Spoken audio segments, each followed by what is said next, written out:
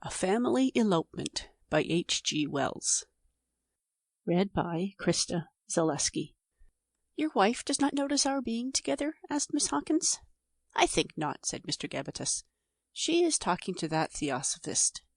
The theosophist was a slender young man from India, but his hair might have come from the Sudan. Mrs. Gabbitas was a lady with intellectual features of a Roman type, and a shallow desire for profundity.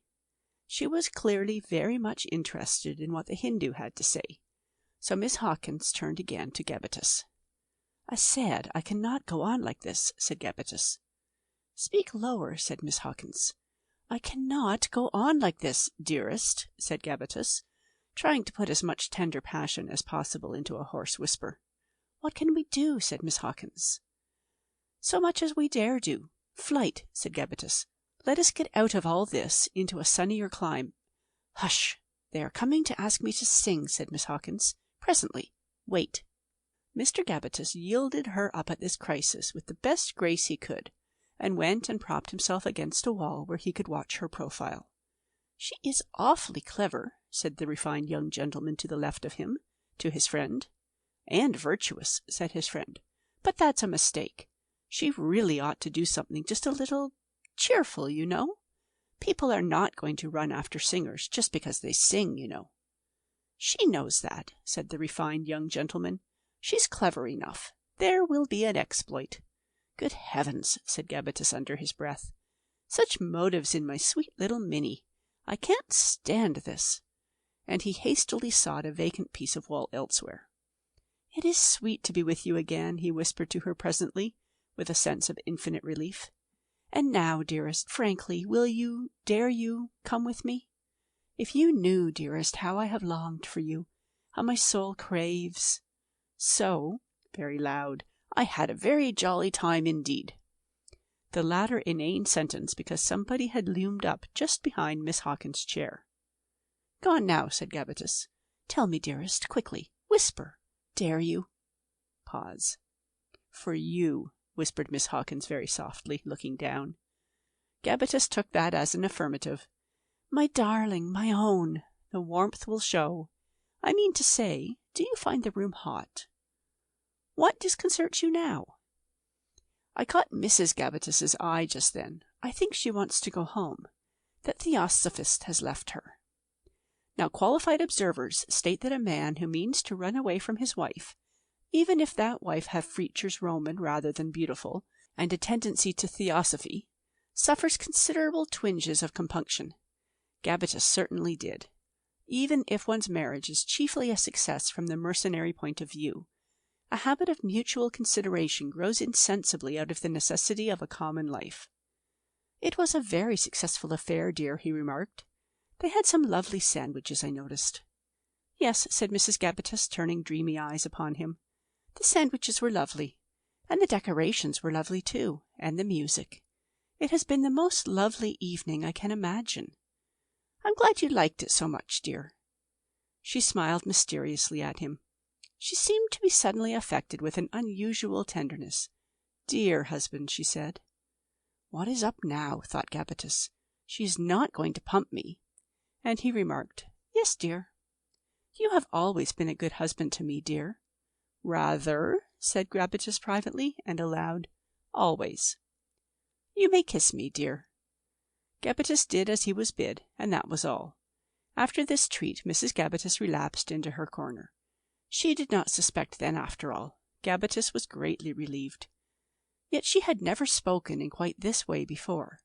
If she meant to develop sentimentality, a new inducement was added to elopement. And again, and yet again, there 3 times altogether in a fortnight, Mrs. Gabbitas returned to this same peculiar soft mood. 1 or 2 things she said startled Gabbitas extremely at the time. However, he kept on accumulating his luggage at his chambers nevertheless, for he was a hard man. "She cannot know," he said to himself, following her with his eyes, after one of these conversations. "No, if she knew she would make a shindy. She would certainly make a shindy. I know her disposition. I suppose she has got this new style from some novel. Poor old Mimsy."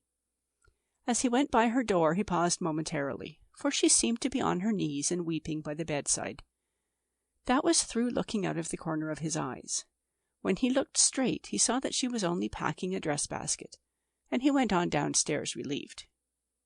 5 days after the last of these remarkable conversations, Gabbitas found himself on the Southampton platform of Waterloo Station, with a large pile of boxes, masculine and feminine, in his care, and an exhilarating sense of wrongdoing in his heart. Miss Hawkins mingled timidity with self-possession delightfully.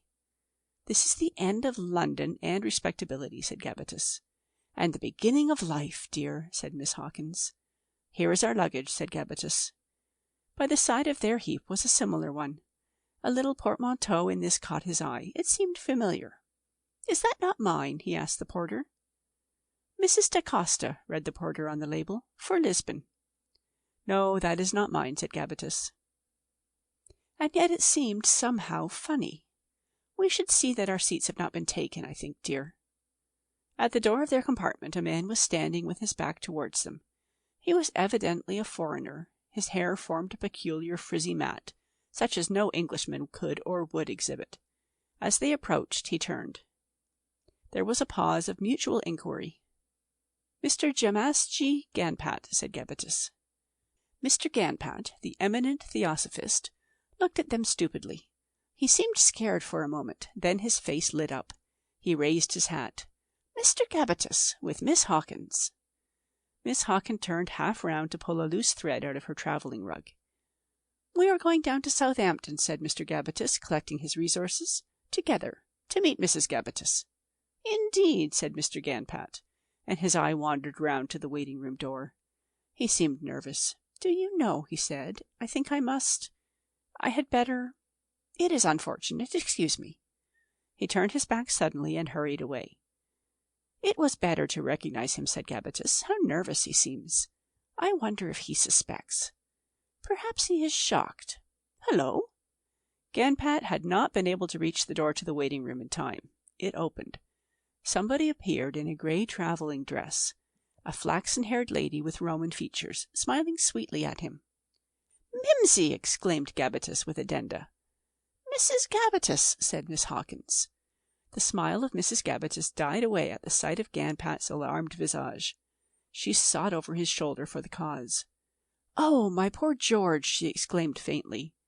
And then she saw Miss Hawkins. "You!" "Take your seats," howled the guard. "Take your seats, please."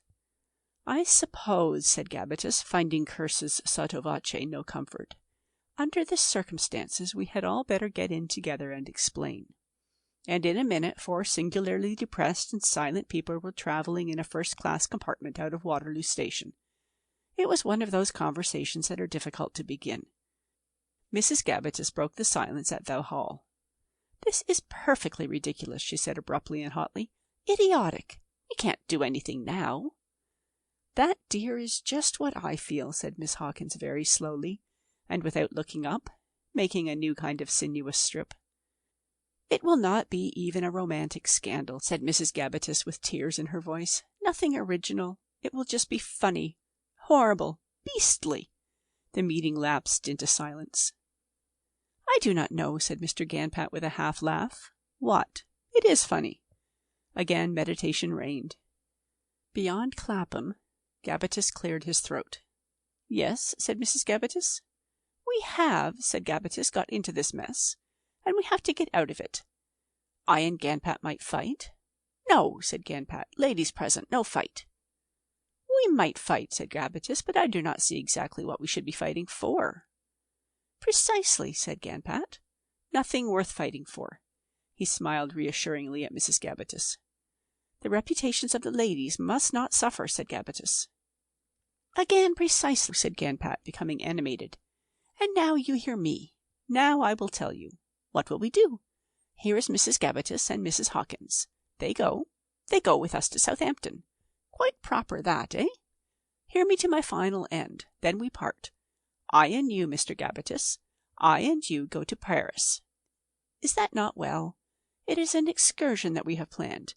You, madame, go with Miss Hawkins. You go to... Lisbon will be far enough, as the things are labelled. Yes, said Miss Hawkins, taking her strips and tearing them transversely into squares. It's sensible. I'm sure I don't mind, now. That is admirable. What do you say, Gabbitas? The eye of Gabbitas rested on Miss Hawkins for a moment. This is a beastly mess, he said. Miss Hawkins glanced up, and he fancied she nodded imperceptibly. He turned to Ganpat. Very well, that will do. We have all been very silly, said Mrs. Gabbitas. Idiots, in fact. As far as I can see, said her husband, nobody can throw stones. There is no injured innocence in this carriage at all, said Mr. Jamassi Ganpat. And now, said Mrs. Gabbitas, everything being settled, let us talk of something else. Ringlets, said Miss Hawkins, making her paper scraps into 2 heaps in her lap. Ringlets, dear, are coming into fashion after all. End of A Family Elopement by H.G. Wells.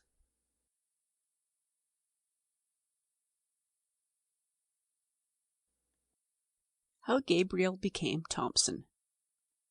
After the pact matrimonial, there are 9 possible events.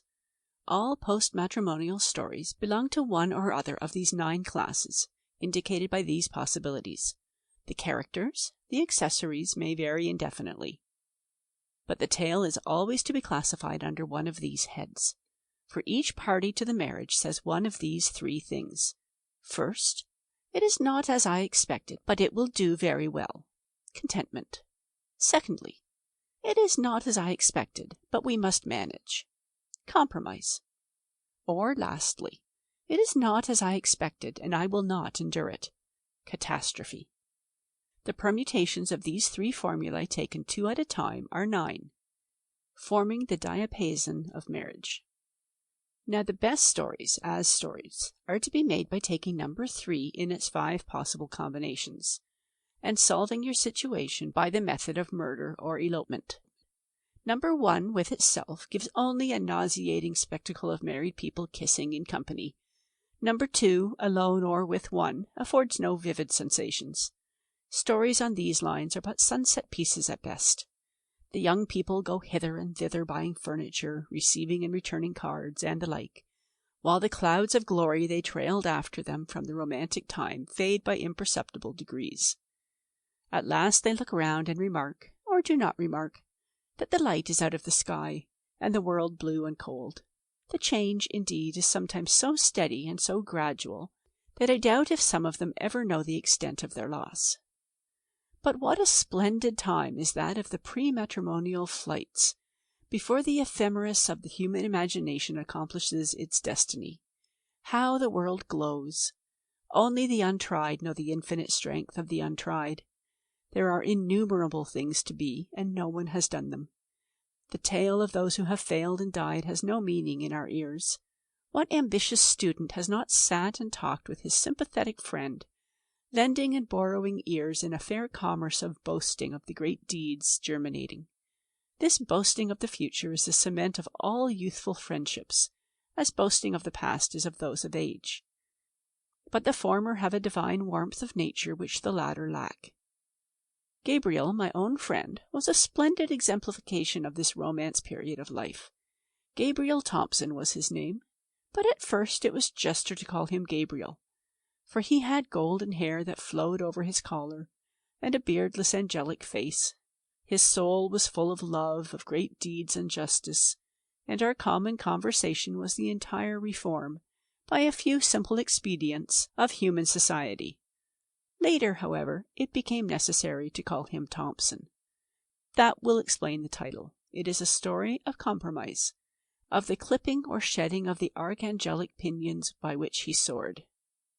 I remember the evening when Gabriel told me he was in love. We had discoursed of the mystical woman soul that sways men, Gabriel with divine warmth and I in colder strain. Indeed, as regards that particular fire, I have always been a bit of salamander. Presently, however, Gabriel swooped down to the concrete. I felt more than one twinge of jealousy as he rushed into details with a transient nervousness of manner unusual to him. He gave no names or dates. "Is she beautiful?" I said, perceiving he raved little in that direction. "Her features are not regularly beautiful." "Plain?" "Oh, dear, no. Indeed, she has the greatest of all beauty, the beauty of expression. You need to talk to her." A kind of upward adoring look, I thought. Is she cultured? She has read very few books, and yet she had a most wonderful insight into things. Several times, as I have been timidly feeling my way to this or that advanced view of ours, she has come out to meet me, as it were, and I found that in the seclusion of her quiet country town, she had thought out things and arrived at the very same ends as we, with all our advantages, have done. She must be quick-witted. She is indeed. A more subtle and yet purer mind I never met. I am giving her some of Ruskin's books now. He is a revelation to her, she says. She finds so much in him that has been in her own mind dimly, perfectly expressed. Carlyle she must read. After that, Wordsworth, Browning. And so he went on. She was quite womanly. Gabrielle was very insistent upon that. She entirely agreed with him that a woman's sphere was her home. She did not want votes. At that time he was smarting a little from a controversy with Miss Gowland, M.B., who did.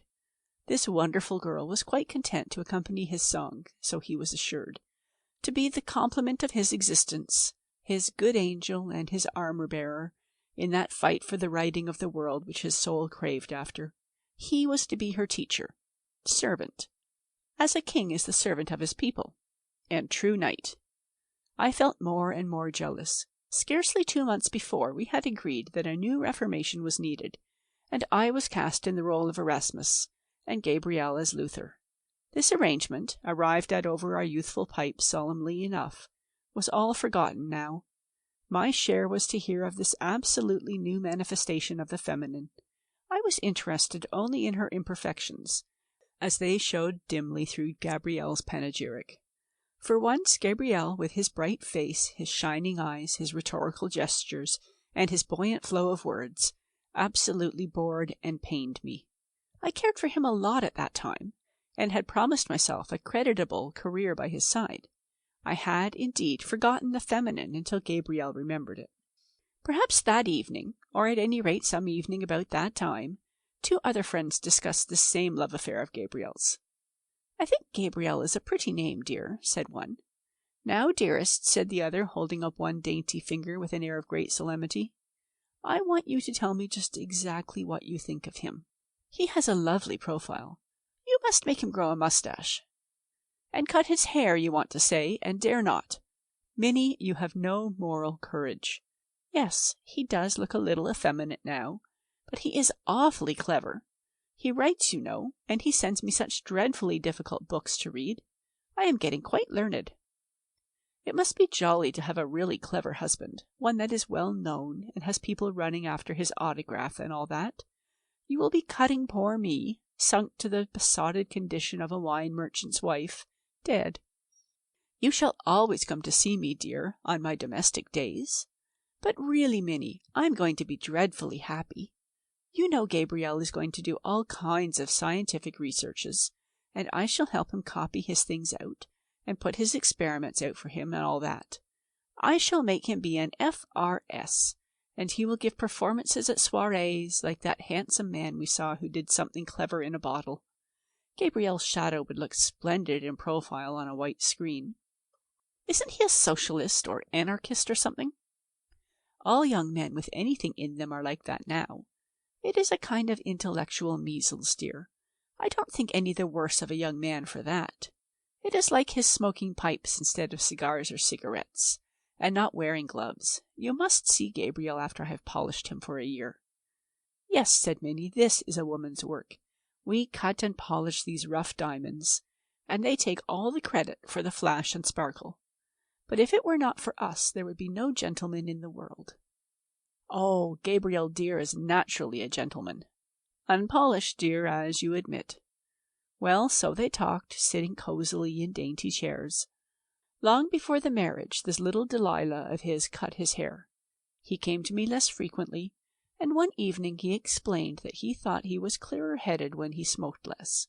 Besides which, the smell of tobacco hung about one so much. Thereafter he ceased to be Gabriel to me, and became Gabriel Thompson. And one memorable day I had a kind of phantasm of the living, a vision of a fair-haired man with a beeswaxed mustache, dressed in an ample frock coat and light gloves. It was my prophet, curled and scented. The vision fluttered between me and my bookshelves for a moment and vanished, and I knew at once that my Gabriel, the world mender, was lost to me forever. Soon after came the visiting cards of the happy pair. I understand that the correct thing to do is to call upon your newly married friends when they are settled, and see what kind of furniture they have. I did this. By way of quiet sarcasm, I wore my old velveteen jacket. Mrs. Thompson said I looked quite bohemian, and the only consolation I had was to think that Thompson had a conscience. I asked him point blank about the new Reformation, and she answered for him that he was dreadfully busy at research. I saw Thompson look across at me with a dumb request not to press the matter, but I had no particular kindness for Thompson. Was he not the man who had murdered my prophet Gabriel and buried him away in himself? I insisted upon social evils, the need of leaders for the people, and all our old themes. Presently my Gabriel awoke in Thompson again and began to talk. "There is a passage," he said presently, "in Sesame and Lilies, the book you liked so much, dear. How does it go? I'm sure you know it. Ah, here is the book." It lay on the table, one of the many volumes he had bought for her. One, I remembered, that had come like a revelation to her. He took it up and turned over the pages. When I saw the pages were all uncut, I felt sorry for the man. He stared at the book as though he hardly grasped the import of the thing. Then he put it down again with force and an expletive. "Gabriel," said the wife. I rose to go, but Gabriel was white with anger. "You never opened the book," he said to his wife, "and you told me you had read it." Mrs. Thompson turned to me. "Must you go?" she asked. So I left them face to face with each other. It was what one might call their real introduction to one another. Each had played to the other of being what the other dreamt, and now that little comedy was over. Mrs. Thompson had repeated Gabriel's conclusions after him to please him, and he had acted as a gentleman according to her lights. But that unfortunate book had ended it. As I went out, I heard her begin, "To think, Gabriel, that in the 2nd month of our marriage you should curse me." And he, "Why did you only pretend to read my book?" I suppose she did it to please him, but I do not know if she made this excuse. It is for a womanly woman a perfectly adequate excuse for any little duplicity she commits. I fancy there must have been a long discussion that afternoon. Practically it amounted to this, that each had married a stranger in mistake for an imaginary person. Such a complication, though common enough, requires very deliberate consideration, amid considerable mutual forbearance. On the contrary, their talk that afternoon was heated, and it ended with domestic thunder, which is the slamming of doors. Mrs. Thompson was calm and reasonable throughout, but Gabriel did a deal of walking to and fro, throwing books with violence onto the floor, and invective generally. He had imagined that his marriage was to be an idyllic episode, from which he was to return presently to his dream of a new reformation. Gabriel well to the fore, wife inspiring, helpful, and advisatory. He felt himself cut off from all this at once, and first he tried to vent his dismay and displeasure on his wife, and being defeated by her polite coolness, he took it out on the books, the carpet, and the front door. She was dreadfully pained at his temper and unreasonableness, and annoyed more particularly at his letting the servants hear the quarrel. She could not help asking herself what they would say. Moreover, she was afraid he might do something rash or ridiculous, so that she decided to talk the matter over with Minnie, who was now a wine merchant's wife. I told him he could hardly expect me to read all the books he inundated the house with, especially when I had all my things to see to, and he simply raved. He went on dreadfully, dear, swore at me and insulted me, asked me if I thought was fair treatment towards a man with a mission in the world to marry him under false pretenses. I said there were no false pretenses, except that he had behaved like a gentleman, and that when I trusted myself in his hands, I thought he would always do so. He almost cried when he said that he had looked to me to be his help and inspiration, just as if he had been going abroad as a missionary or something of that kind. I do think that kind of talk silly. If I had behaved really badly to him, Minnie, he could not have been worse. All this ranting and bother because I did not read his silly old books. Rather than have this scene, dear, I would have read every one from cover to cover. You can't think how I have reproached myself for not cutting those leaves." So Mrs. Thompson. Minnie judiciously heard her through 2 or 3 times before she attempted any consolation or advice. "He is certainly going on badly, my dear, but we all have our troubles. It is quite enough to make you really ill. I should have been if I had not kept so cool. You bear up wonderfully. He does not deserve it. Of course, dear, if you were ill, when he comes home again, really ill, I mean, not just a headache, so that all the house would be hushed, he might have the grace to feel ashamed of himself. You are too brave. It only makes a man rave worse than ever to stand up to him. They all hate to be told the truth about themselves, and they shout and bully you down. But your Gabriel, any real man, would not hit a really sick woman." "It is almost a pity I am so well then," said Mrs. Thompson, scarcely grasping the new idea yet. "It's the excitement, you poor dear," said Minnie. "That keeps you up now, but you will find the reaction presently, mark my words." And sure enough, Mrs. Thompson had hardly reached home when this reaction came upon her, and she was helped upstairs by the sympathetic and half-confidential parlour-maid, and all the blinds were straightway drawn and the house hushed. Meanwhile, Gabriel had been with me. "Don't speak about it to me," I said. "I will not be the man to come between husband and wife, especially when the wife is Mrs. Thompson." "For heaven's sake, don't mock me," said Gabriel. "I have been cruelly deceived.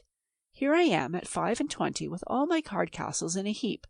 It is not only that about Sesame and Lilies. I have been finding her out since the marriage. That book with you there was the last straw. She is no helpmeet for me. Her ideas are shallow and vain.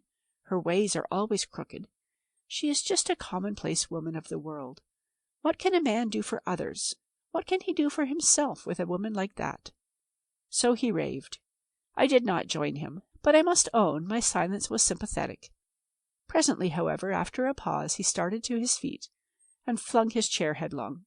"I will not endure it," he shouted, repeating, as the attentive reader will notice, Formula 3. "Why should the error of 3 months dwarf and ruin a life? I will not live with her. I will go abroad. What are these customs and ceremonies, these flimsy ordinances, that they should chain me back from all my possibilities? I tell you I will part from her. I never married her. I married my ideal, and she is no ideal of mine." He caught up his hat in his hand. He stood splendid, almost heroic, holding his right hand for mine. "Gabriel," I said to him, calling him by that name for the last time, "you have had a bitter disappointment. I cannot advise you. The law of matrimony, like the law of gravitation, no respectable man disputes. Whatever you do, may you fare well."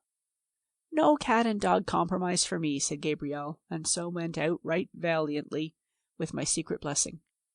He noticed the blinds in the front of the house were all down, but being a man, he did not grasp the full symbolism of this. He knocked for admission, a firm, clear knock. Mrs. Thompson at that moment was upstairs hurriedly putting away her bonnet, which she had thought of, happily, in time. The parlour-maid let him in noiselessly, with a funereal expression of face. This startled him, for she was a flourishing, noisy sort of girl. "Please, sir," she said in a whisper, holding out his bath slippers, "do you mind putting these on? Mrs. is very ill indeed." "Why, what is the matter?" asked Gabriel in his natural voice, trying to keep up his militant front. "She regular broke down, sir, after you left her," said the parlour-maid reproachfully, in an almost noiseless whisper, and therewith handing him the slippers she glided away, leaving him to his conscience.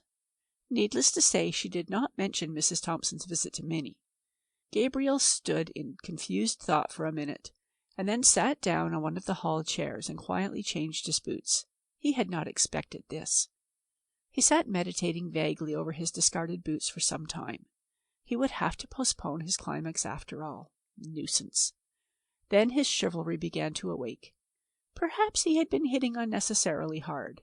She was only a weak woman, and he had come home to do battle and finish with her as if she were a dragon. Certainly his ways were violent. She had seemed cool enough during their quarrel, but then women, he had read, are clever at hiding their pain, though the dart nevertheless may have gone well home. What if she really cared for him? He remembered all the wrath, sorrow, and bitterness of his denunciation. Had he been heedlessly carried away? Presently he rose and stole upstairs. He would look at her. It was a fatal resolution. His wife was lying dressed upon the bed in the darkened room. Her pale cheeks were wet and her eyes were closed, so that the damp long lashes lay upon her cheek. Her hair, which was abundant and beautiful, indeed her chief beauty, was down. In one hand she held her smelling salts, and the other lay limp and extended. There was an expression of pain on her face. She seemed to have cried herself to sleep. Gabriel could hardly realize that this sorrowful little figure was the human being he had raged against 10 minutes ago. There came over my Gabriel, I suppose, a great wave of generous emotion. I admit, though it worked to my hurt, that there was some greatness in his forgetting his world-mending at that moment. Had he not held her in his arms? Had not she trusted the happiness of her life to him? He was not one of those intellectual prigs who pass their dearest through the fire for some Moloch of an idea. He had thought his career was to be stifled by his wife. He had not realized how his assertion of this would break her down. Poor little girl with the dishevelled hair. Poor little sissy. The new Reformation receded through an illimitable perspective to the smallest speck. She sighed in her sleep. "Oh, Gabriel," she said with a sob in her voice. Gabriel could scarcely imagine why he had just been so angry. She was dreaming of him. The new Reformation vanished. He knelt by the bed, full of self-reproach, and took her hand. Her eyes slowly opened. She looked in his face and saw she had conquered. "I have been a brute," he said, this emancipator of his sex. "Gabriel," she whispered faintly, "Gabriel, dear," and closed her eyes again. "I have been a brute," repeated Gabriel. "Gabriel," she said, "promise me something." "Anything, dear," said Gabriel. "Promise me you will never speak to that horrid man again." Now, the horrid man referred to was myself. And, will you believe it, dear reader, Gabriel, who had left my home scarcely 10 minutes, vowing he would do or die, promised. This is the plain and simple story of how Gabriel became Thompson, so that there was no Gabriel any more for me. I and the new Reformation were buried under the foundation stone of their compromise, and there was, in spite of Gabriel's repetition of Formula 3, no catastrophe. From that day to this, Thompson and I have met and crossed one another in highways and byways, but never a word has passed between us after my first rebuff. But I understand, through a friend, and it is a curious example of the metaboly of memory, that Thompson is under the impression that I incited him to desert his wife. The health of Mrs. Thompson is, and has been, very uncertain since that day. It had been a tactical necessity. Thompson has to be gentle and careful in all his doings. He takes her to church regularly, and they have a prominent pew, and he keeps all the observances. However, the scientific research languished somehow, and he is not a Fellow of the Royal Society yet, though it led to several profitable patents. He has one of the best houses on Putney Hill, and Mrs. Thompson bears up bravely against her uncertain health, and gives really very brilliant garden parties. She has dropped Minnie, because she is deceitful, and lives in one of the smaller houses in the Upper Richmond Road. Thompson is said to be apathetic in society and irritable in business. His health has been poor lately, through an excessive consumption of cigars. End of How Gabriel Became Thompson.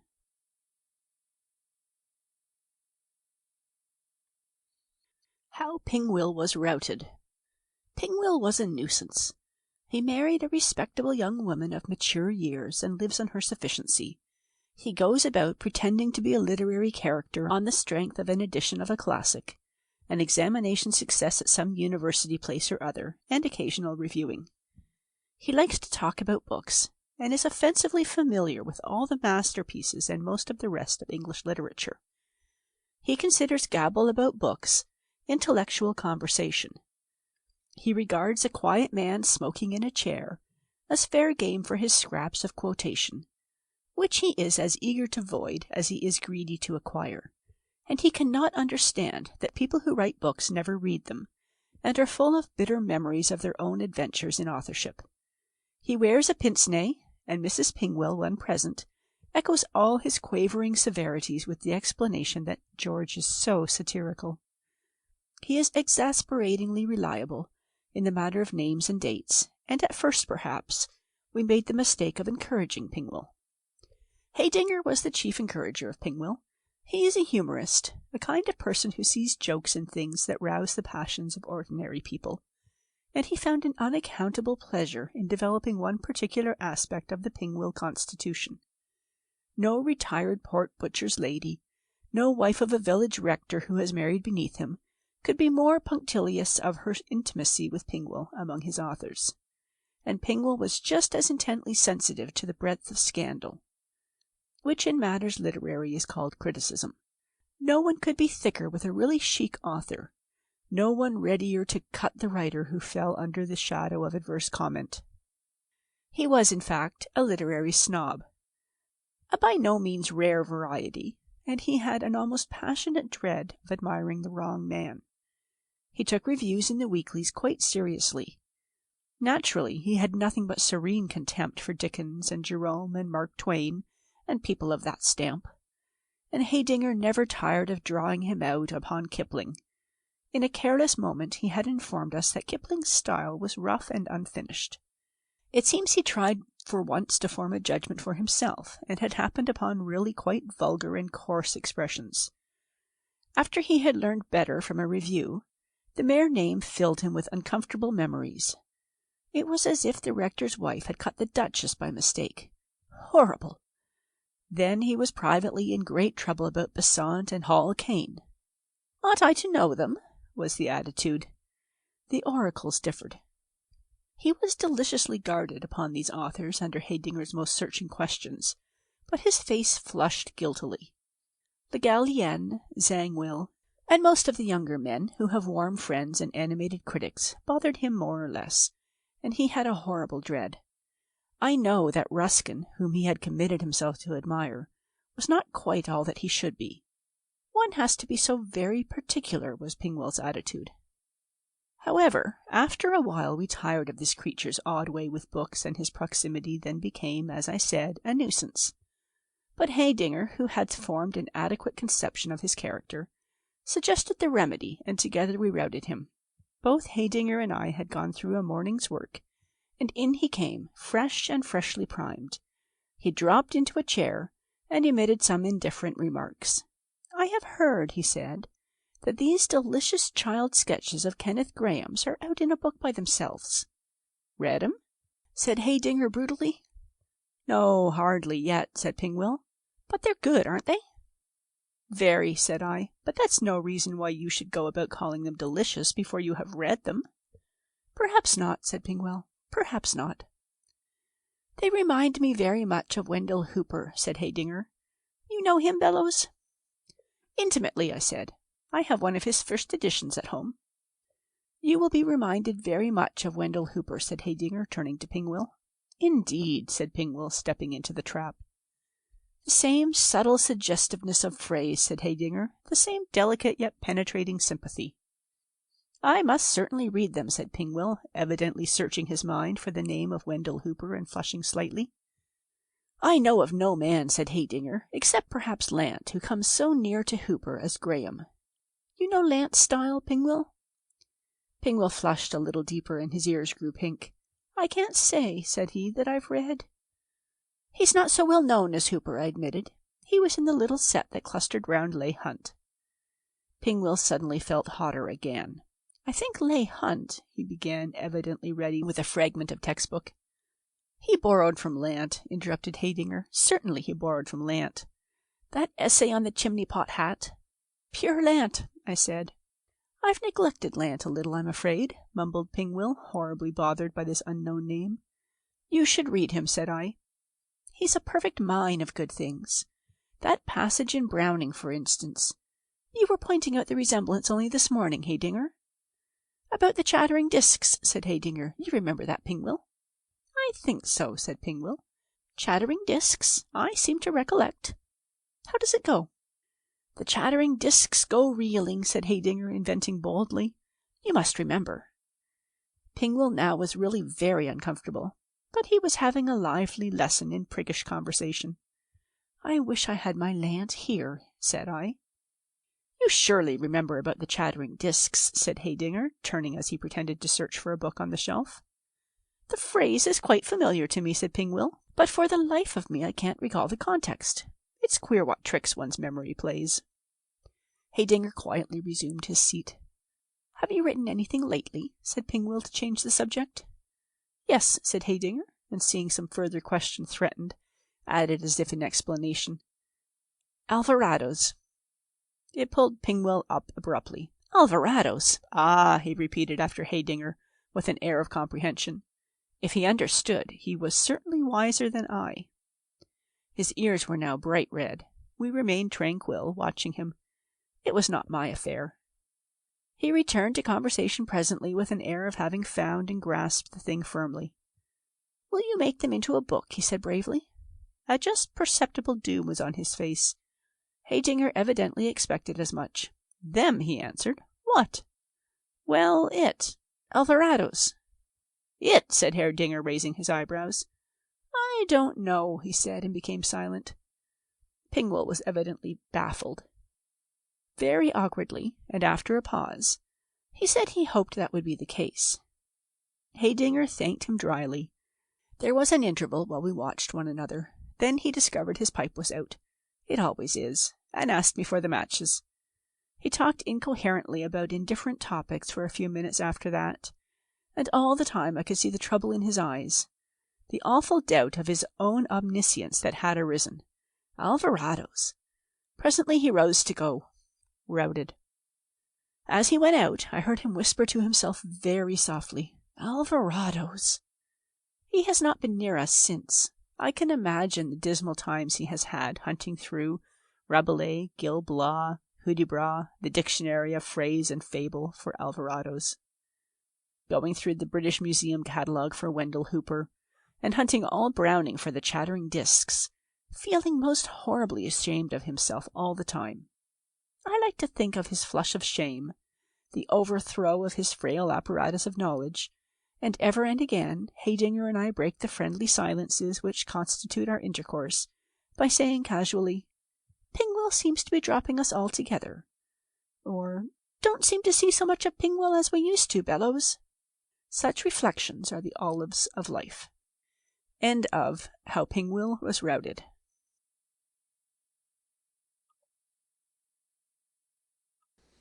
Le Marie Terrible by H.G. Wells.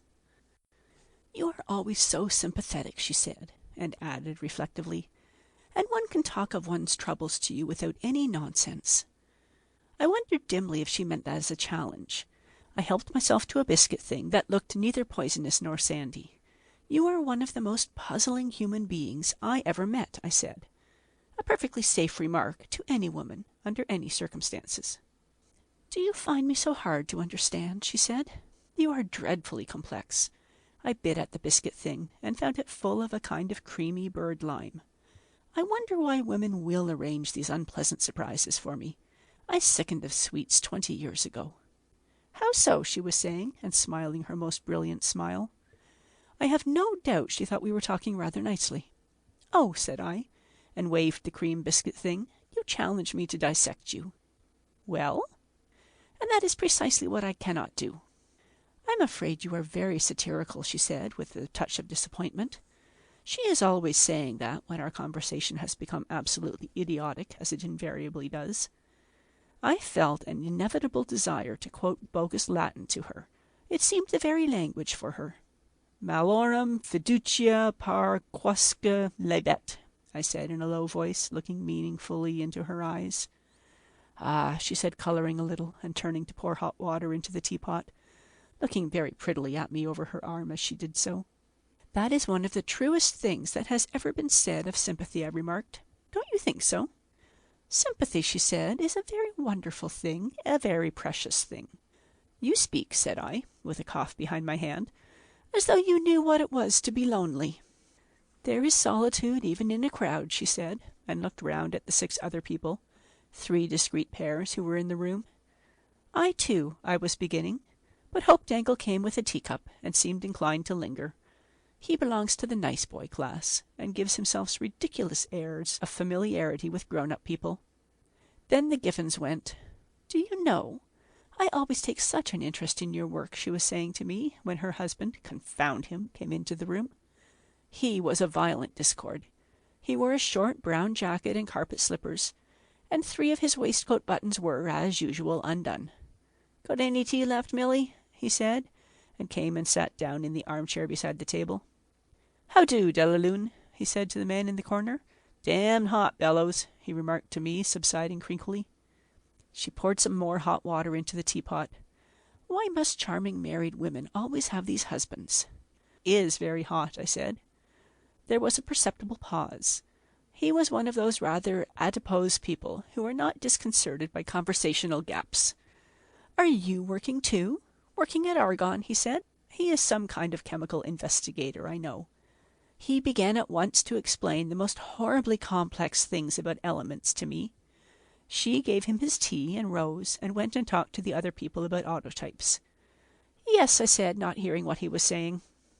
"No would be more appropriate," he said. "You are absent-minded, Bellows. Not in love, I hope, at your age?"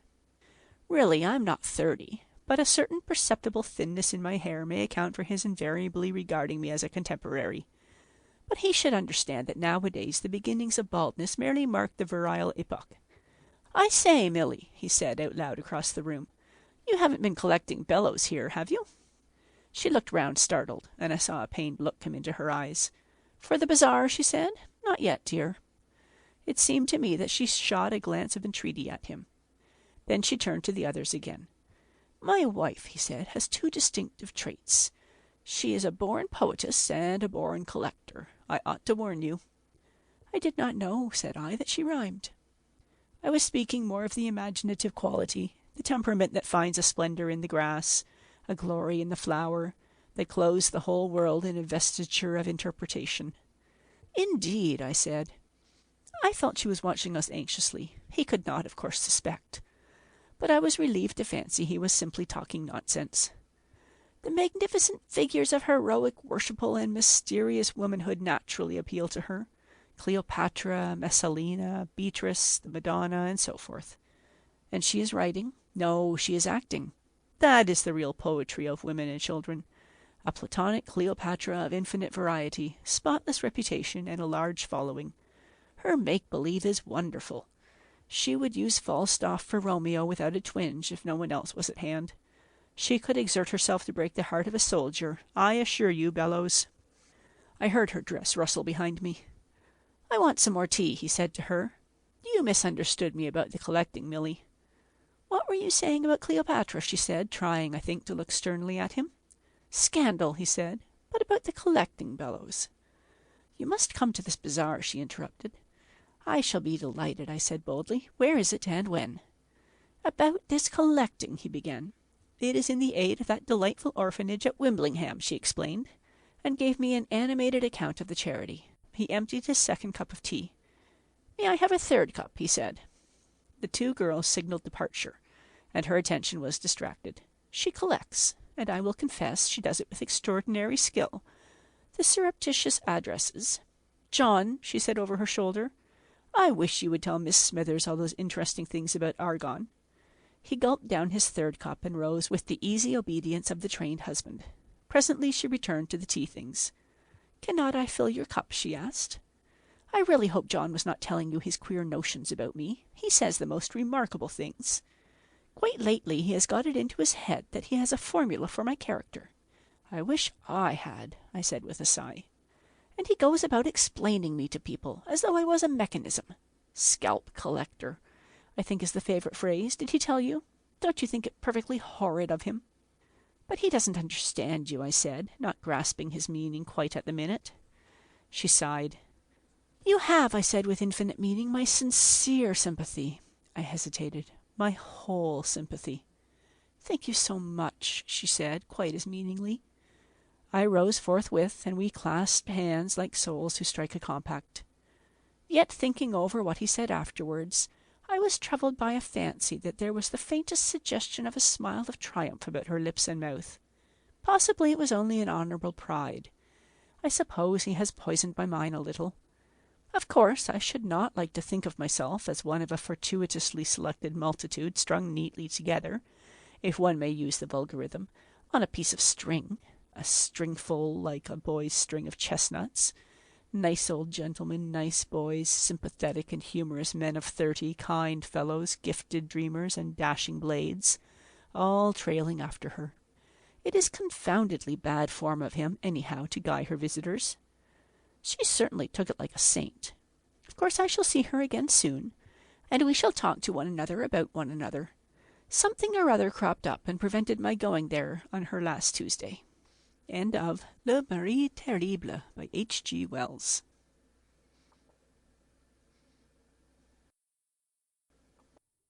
The Reconciliation.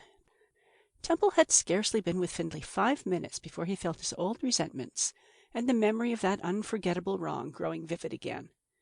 But with the infatuation of his good resolution still upon him, he maintained the air of sham reconciliation that Findlay had welcomed so eagerly. They talked of this and that, carefully avoiding the matter of the separation. Temple at first spoke chiefly of his travels. He stood between the cabinet of minerals and the fireplace, his whiskey on the mantel-board, while Findlay sat with his chair pushed back from his writing-desk, on which were scattered the dozen little skulls of hedgehogs and shrew mice upon which he had been working. Temple's eye fell upon them, and abruptly brought his mind round from the topic of West Africa. "And you," said Temple. "Well, I have been wandering. I suppose you have been going on steadily?" "Drumming along," said Findlay. "To the Royal Society and fame and all the things we used to dream about? How long is it?" "5 years since our student days." Temple glanced round the room, and his eye rested for a moment on a round greyish-drab object that lay in the corner near the door. "The same old fat books and folios, only more of them. The same smell of old bones and a dissection. Is it the same one, in the window? Fame is your mistress?" "Fame," said Findlay, "but it's hardly fame. The herd outside say, 'Eminence in comparative anatomy.'" "Evidence in comparative anatomy. No marrying. No avarice." "None," said Findlay, glancing askance at him. "I suppose it's the happiest way of living, but it wouldn't be the thing for me. Excitement, but, I say," his eye had fallen again on that fungoid shape of drabbish grey, "there's a limit to scientific inhumanity. You really mustn't keep your door open with a human brain-pan." He went across the room as he spoke and picked the thing up. "Brain-pan," said Findlay. "Oh, that! Man alive, that's not a brain-pan. Where's your science?" "No, I see it's not," said Temple, carrying the object in his hand as he came back to his former position and scrutinizing it curiously. "But what the devil is it?" "Don't you know?" said Findlay. The thing was about thrice the size of a man's hand, like a rough watch-pocket of thick bone. Findlay laughed almost naturally. "You have a bad memory. It's a whale's ear bone." "Of course," said Temple, his appearance of interest vanishing. "The bulla of a whale. I've forgotten a lot of these things." He half turned and put the thing on the top of the cabinet beside Findlay's dumbbells.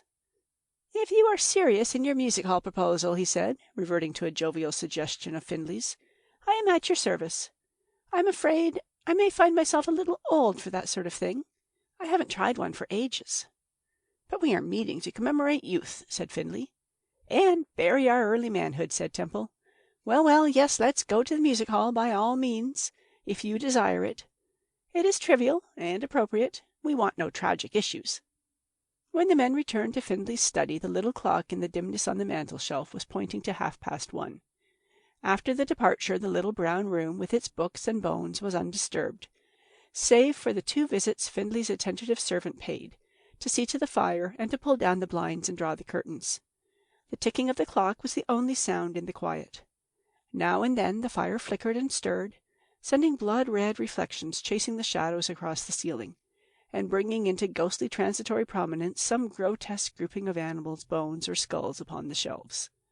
At last the stillness was broken by the unlatching and slamming of the heavy street door, and the sound of unsteady footsteps approaching along the passage.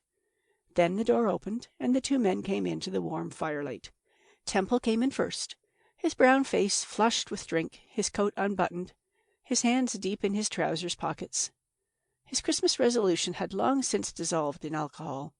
He was a little puzzled to find himself in Findlay's company, and his fuddled brain insisted upon inopportune reminiscence.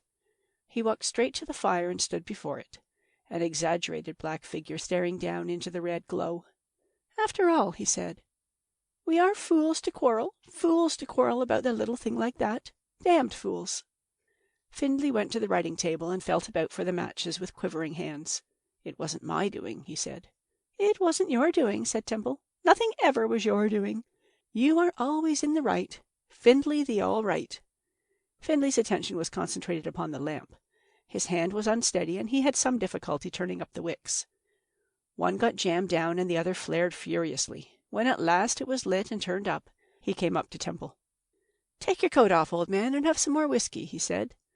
"That was a ripping little girl in skirt dance." "Fools to quarrel," Temple said slowly, and then woke up to Findlay's words. "Hey?" "Take off your coat and sit down," said Findlay, moving up the little metal table and producing cigars and a siphon and whiskey. "The lamp gives infernally bad light, but it is all I have. Something wrong with the oil. Did you notice the drudge of that stone-smashing trick?" Temple remained erect and gloomy, staring into the fire. "Fools to quarrel," he said. Findlay was now half drunk, and his finesse began to leave him. Temple had been drinking heavily, and was now in a curious rambling stage, and Findlay's one idea now was to close this curious reunion. "There's no woman worth a man's friendship," said Temple abruptly. He sat down in an easy-chair, poured out and drank a dose of whiskey and lithia. The idea of friendship took possession of him, and he became reminiscent of student days and student adventures. For some time it was, "Do you remember this?" and "Do you remember that?" and Findlay grew cheerful again. "They were glorious times," said Findlay, pouring whiskey into Temple's glass. Then Temple started him by abruptly reverting to that bitter quarrel. "No woman in the world," he said. "Curse them!" He began to laugh stupidly. "After all," he said, "in the end—" "Oh, damn," said Findlay. "All very well for you to swear," said Temple, "but you forget about me. 'Tain't your place to swear. If only you'd left things alone." "I thought the password was forget," said Findlay. Temple stared into the fire for a space. "Forget," he said.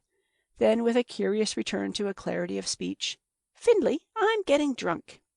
"Nonsense, man. Take some more." Temple rose out of his chair with the look of one awakening. "There's no reason why I should get drunk, because—" "Drink," said Findlay, "and forget it." "Faugh!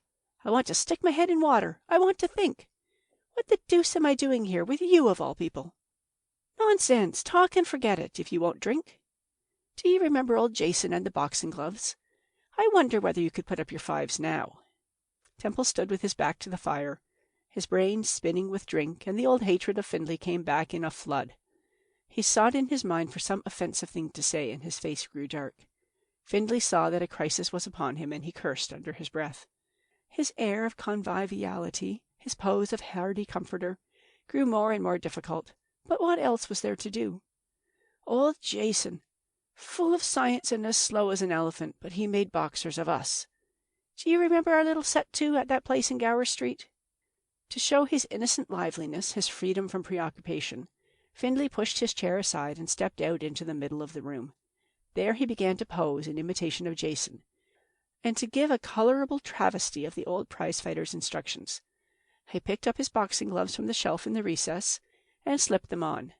Temple, lowering there on the brink of an explosion, was almost too much for his nerves. He felt his display of high spirits was a mistake, but he must go through with it now. "Don't stand glooming there, man. You're in just that state when the world looks black as ink. Drink yourself merry again. There's no woman in the world worth a man's friendship, that's agreed upon. Come and have a bout with these gloves of mine, 4-ounce gloves. There's nothing sets the blood and spirits stirring like that." "All right," said Temple quite mechanically, and then, waking up to what he was doing, "Where are the other gloves?" "Over there in the corner, on top of the mineral cabinet. By Jove, Temple, this is like old times." Temple, quivering strangely, went to the corner. He meant to thrash Findlay, and knew that in spite of his lighter weight he would do it. Yet it seemed puerile and inadequate to the pitch of absurdity, for the wrong Findlay had done him was great. And putting his hand on something pale in the shadow, he touched the bulla of the whale. The temptation was like a lightning flash. He slipped one glove on his left hand and thrust the fingers of his right into the cavity of the bulla. It took all his fingers and covered his knuckles and all the back of his hand. And it was so oddly like a thumbless boxing glove, just the very shape of the padded part. His spirits rose abruptly at the sudden prospect of a savage joke. How savage it could be he did not know. Meanwhile Findlay, with a nervous alacrity, moved the lamp into the corner behind the armchair, and thrust his writing desk into the window bay. "Come on," said Findlay behind him, and abruptly he turned. Findlay looked straight into his eyes, on guard, his hands half opened. He did not see the strange substitute for a glove that covered Temple's right hand. Both men were gone so far towards drunkenness that their power of observation was obscured. For a moment they stood squaring at each other, the host smiling and his guest smiling also, but with his teeth set. Two dark figures swaying in the firelight and the dim lamplight. Then Findlay struck at his opponent's face with his left hand. As he did so, Temple ducked slightly to the left and struck savagely over Findlay's shoulder at his temple with the bone-covered fist. The blow was given with such tremendous force that it sent Findlay reeling sideways, half stunned and overcome with astonishment. The thing struck his ear, and the side of his face went white at the blow. He struggled to keep his footing, and as he did so, Temple's gloved right hand took him in the chest and sent him spinning to the foot of the cigar cabinet. Findlay's eyes were wide open with astonishment. Temple was a lighter man by a stone or more than himself, and he did not understand how he had been felled. He was not stunned, although he was dulled by the blow as not to notice the blood running down his cheek from his ear. He laughed insincerely, and, almost pulling the cigar cabinet over, scrambled to his feet, made as if he would speak, and put up his hand instinctively as Temple struck out at him again, a feint with the left hand. Findlay was an expert boxer, and, anticipating another right-hand blow over the ear, struck sharply at once with his own left hand in Temple's face, throwing his full weight into the blow and dodging Temple's reply. Temple's upper lip was cut against his teeth, and the taste of blood and the sight of it trickling down Findlay's cheek destroyed the last vestiges of restraint that drink had left him, stripped off all that education had ever done for him.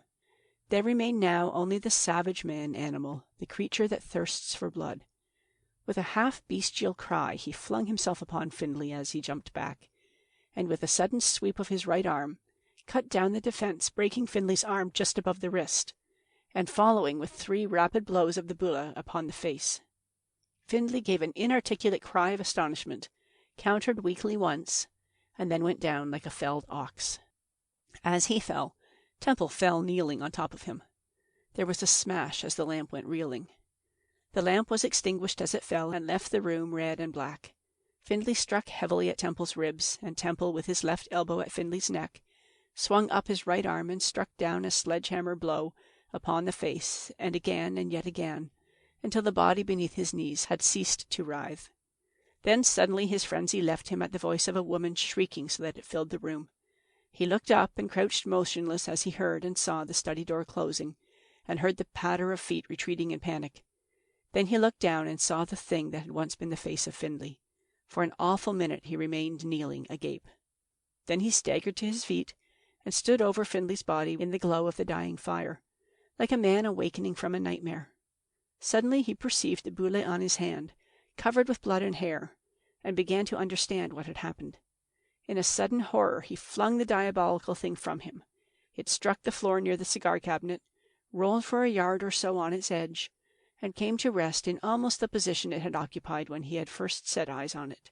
To Temple's excited imagination, it seemed to be lying at exactly the same spot, the sole and sufficient cause of Findlay's death and his own. End of The Reconciliation.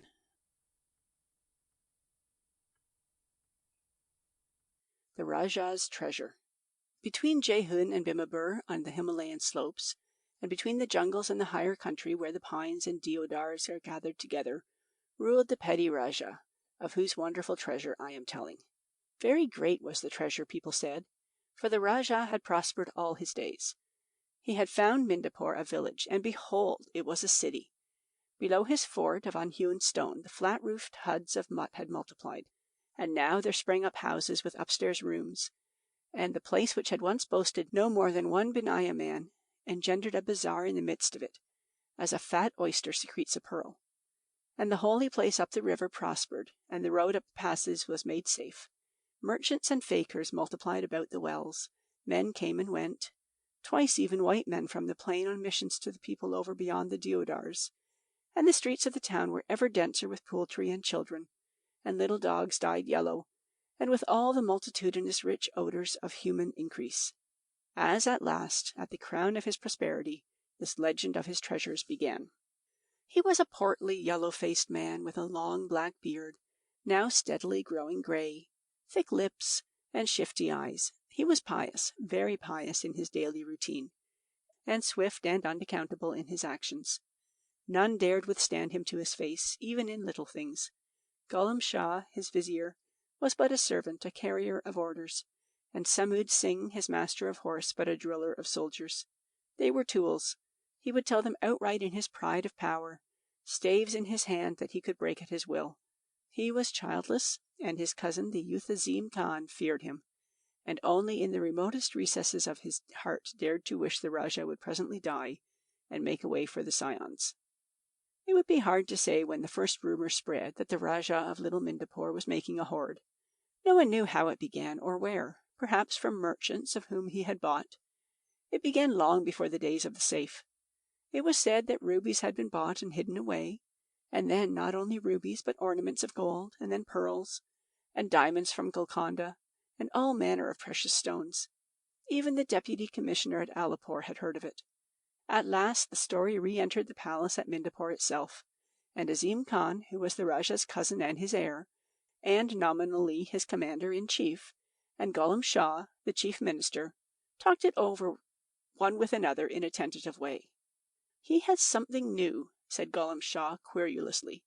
"He has something new, and he is keeping it from me." Azir Khan watched him cunningly. "I have told you what I have heard," he said. "For my own part, I know nothing."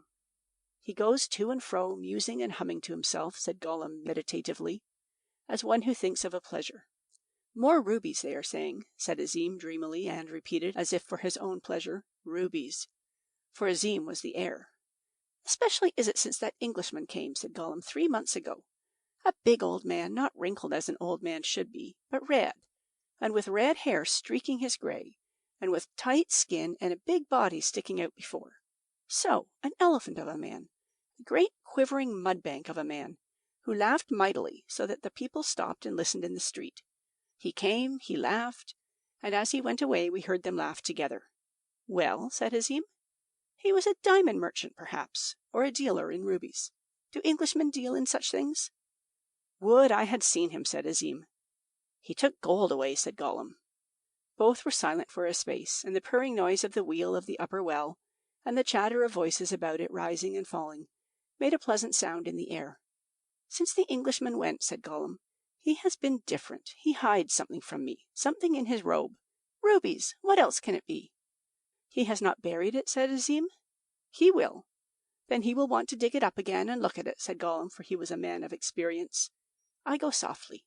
Sometimes I almost come upon him. Then he starts." "He grows old and nervous," said Azim, and there was a pause. "Before the English came," said Ghulam, looking at the rings upon his fingers, as he recurred to his constant preoccupation, "there were no Rajahs nervous and old. That, I say, was even before the coming of the safe. It came in a packing case. Such a case it was as had never been seen before on all the slopes of the Himalayan mountains. It was an elephant's burden even on the plain. It was days drawing nearer and nearer. At Alipore, crowds went to see it pass upon the railway. Afterwards elephants and then a great multitude of men dragged it up the hills. And this great case, being opened in the hall of audience, revealed within itself a monstrous iron box, like no other box that had ever come to the city.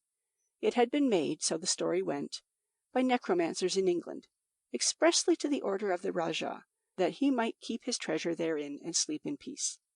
It was so hard that the hardest files powdered upon its corners, and so strong that cannon fired point blank at it would have produced no effect upon it. And it locked with a magic lock. There was a word, and none knew the word but the Rajah. With that word, and a little key that hung about his neck, one could open the lock, but without it none could do so. The Rajah caused this safe to be built into the wall of his palace, in a little room beyond the hall of audience. He superintended the building up of it with jealous eyes, and thereafter he would go thither day by day, once at least every day, coming back with brighter eyes.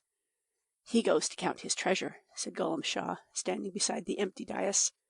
And in those days it was that the Rajah began to change. He who had been cunning and subtle became choleric and outspoken. His judgment grew harsh, and a taint that seemed to all about him to be assuredly the taint of avarice crept into his acts. Moreover, which inclined Ghulam Shah to hopefulness, he seemed to take a dislike to Azim Khan. Once, indeed, he made a kind of speech in the hall of audience. Therein he declared many times over, in a peculiarly husky voice, husky yet full of conviction, that Azim Khan was not worth a half anna to any human soul. In these latter days of the Rajah's decline, moreover, when merchants came, he would go aside with them secretly into the little room and speak low, so that those in the hall of audience, howsoever they strained their ears, could hear nothing of his speech. These things Ghulam Shah and Azim Khan and Samad Singh, who had joined their councils, treasured in their hearts. "It is true about the treasure," said Azim. "They talked of it round the well of the travellers. Even the merchants from Tibet had heard the tale, and had come this way with jewels of price, and afterwards they went secretly, telling no one. And ever and again, it was said, came a negro mute from the plains, with secret parcels for the Rajah. Another stone, was the rumour that went round the city." "The bee makes hoards," said Azim Khan, the Rajah's heir, sitting in the upper chamber of Ghulam Shah. "Therefore we will wait a while," for Azim was more coward than traitor. At last there were men in the Deccan even who could tell you particulars of the rubies and precious stones that the Rajah had gathered together. But so circumspect was the Rajah that Azim Khan and Ghulam Shah had never even set eyes on the glittering heaps that they knew were accumulating in the safe. The Rajah always went into the little room alone, and even then he locked the door of the little room, and had a couple of locks, before he went to the safe and used the magic word. How all the ministers and officers and guards listened and looked at one another as the door of the room behind the curtain closed. The Rajah changed indeed in these days, not only in the particulars of his rule, but in his appearance. "He is growing old. How fast he grows old! The time is almost ripe," whispered Samud Singh. The Rajah's hand became tremulous. His step was now sometimes unsteady, and his memory curiously defective. He would come back out from the treasure room, and his hand would tighten fiercely on the curtain, and he would stumble on the steps of the dais. "His eyesight fails," said Ghulam. "See, his turban is askew. He is sleepy even in the forenoon, before the heat of the day. His judgments are those of a child." It was a painful sight to see a man so suddenly old and enfeebled still ruling men. "He may go on yet a score of years," said Ghulam Shah. "Should a ruler hoard riches," said Sher Ali, in the guard-room, "and leave his soldiers unpaid?" That was the beginning of the end. It was the thought of the treasure won over the soldiers, even as it did the mullahs and the eunuchs. Why had the Rajah not buried it in some unthinkable place as his father had done before him, and killed the diggers with his hand?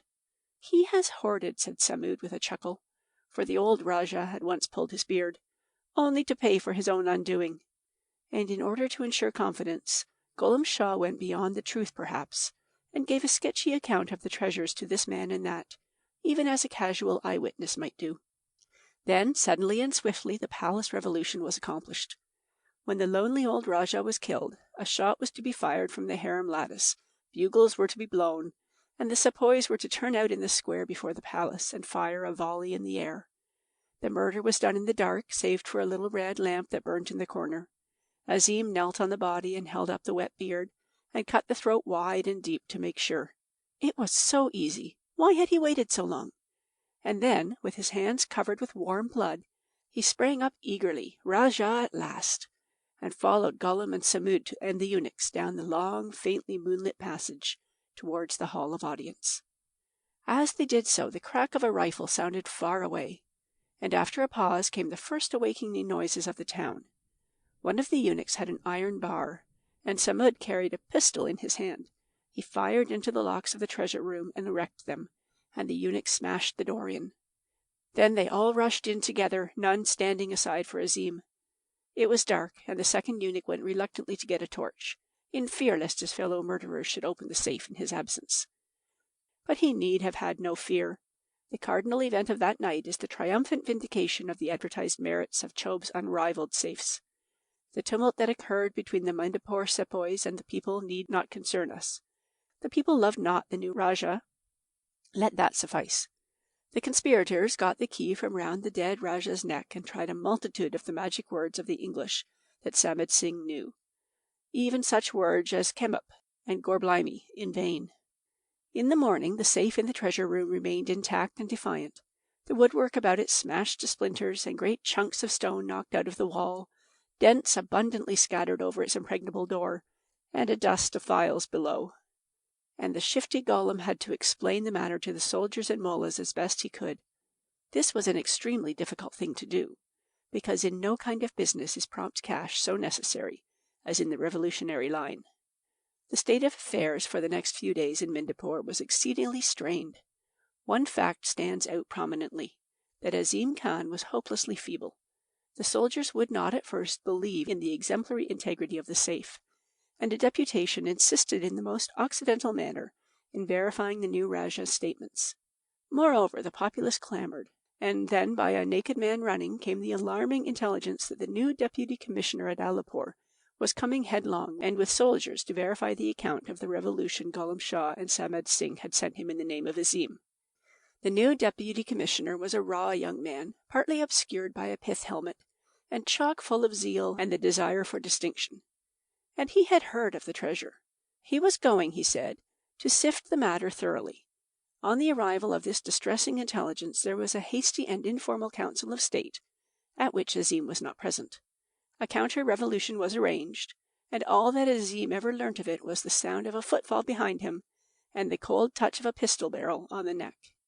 When the commissioner arrived, that dexterous statesman Gollum Shah and that honest soldier Samad Singh were ready to receive him, and they had 2 corpses, several witnesses, and a neat little story.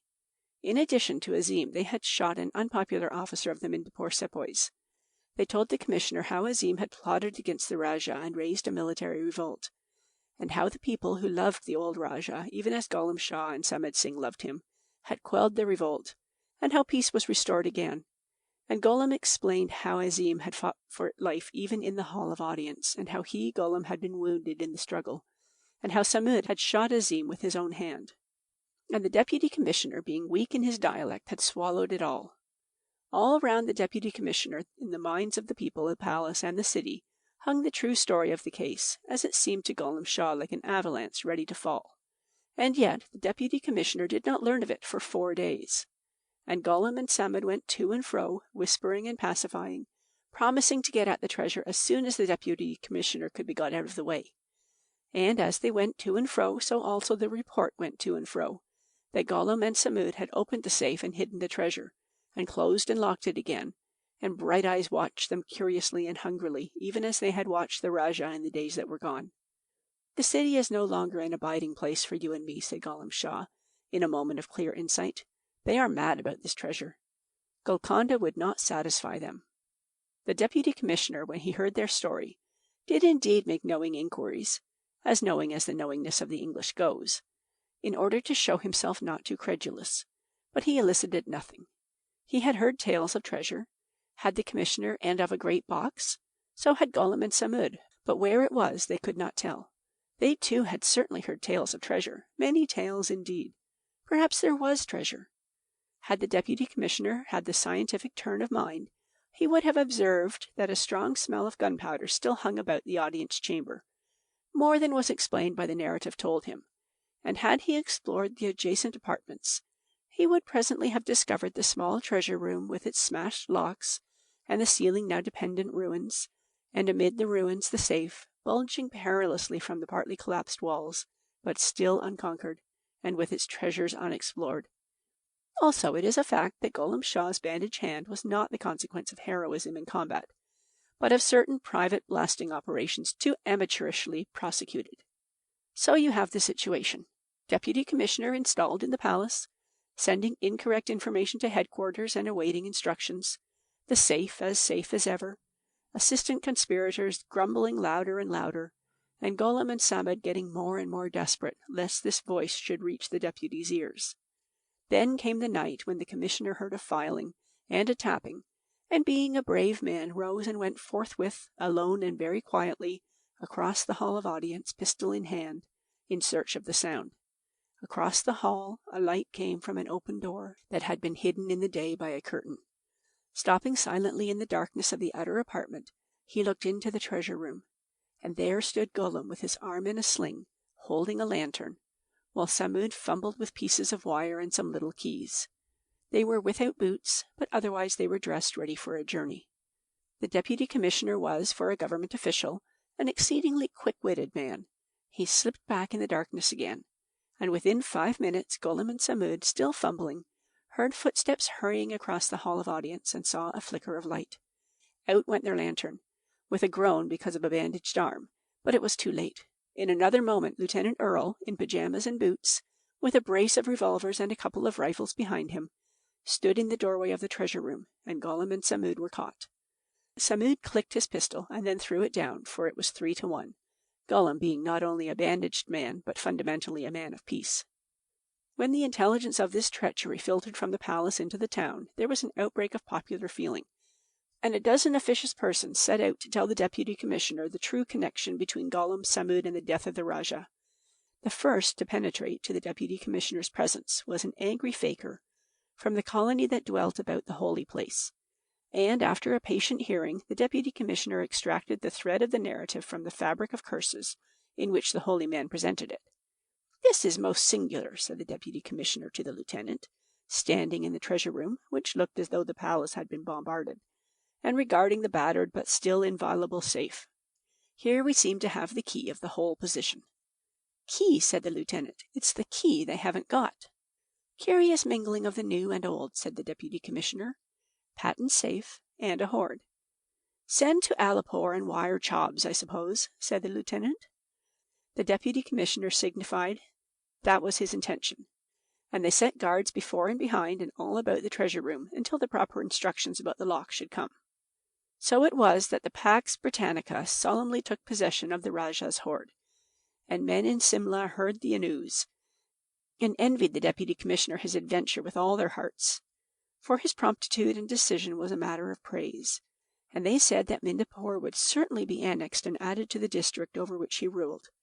Only a fat old man named McTurk, living alone in Alipore, a big man with a noisy, quivering laugh and a secret trade with certain native potentates, did not hear the news, excepting only the news of the murder of the Rajah and the departure of the deputy commissioner, for several days.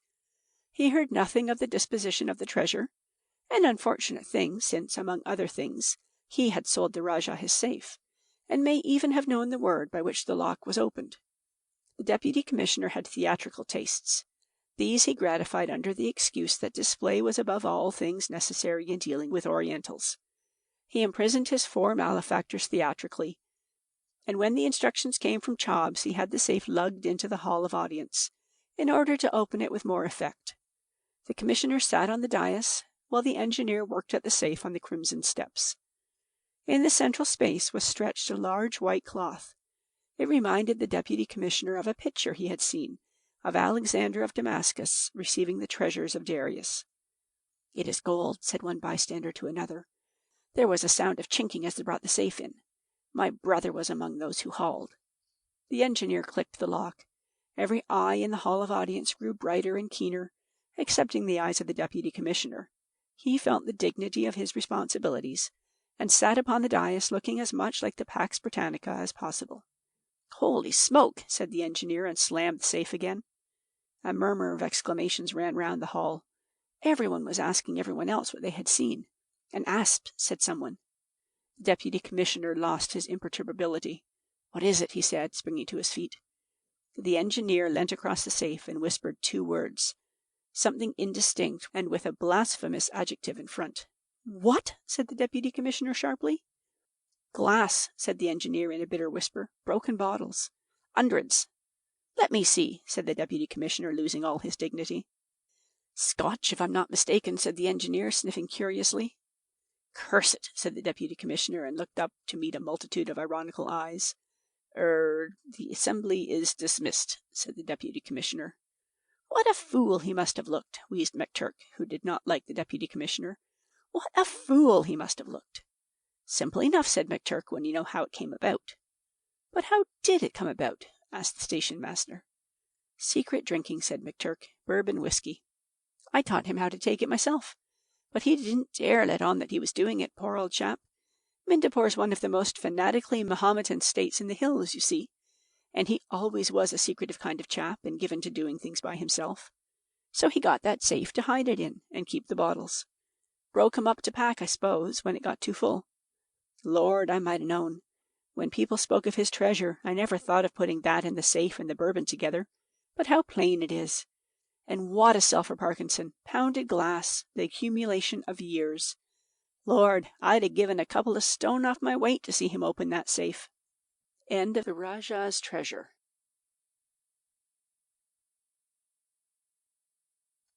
A bicycling adventure, and what came of it. It was the stirring of spring, the tendency of fashion, and the ghost of a sneer drove him to it.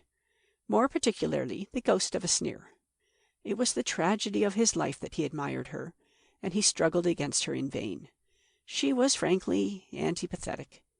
You might have called her anything before you would have called her chic.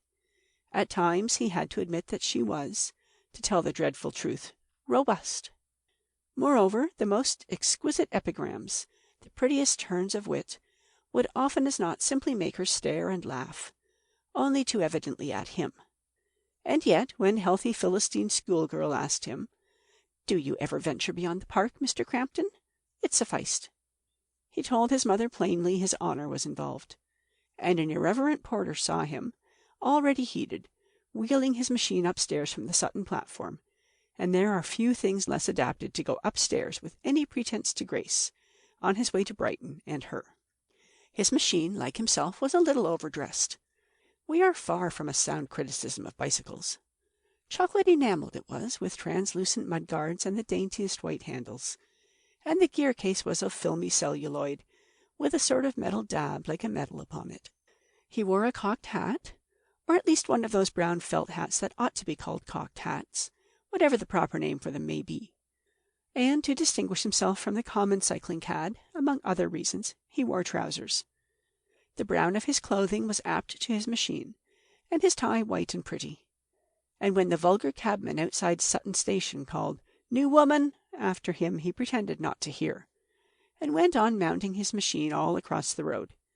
He was quite a sight to see riding up the road toward Belmont, and the sun was so struck by his spick-and-span appearance that he picked out every line of enamel and metal on him, and dazzled the passer-by therewith. "Something like a thing to shine on," said the sun. "Just look at this, and did you ever?" in the excess of his admiration. He had begun his ride from London to Brighton at Sutton, which was generous treatment for London in the geographical sense.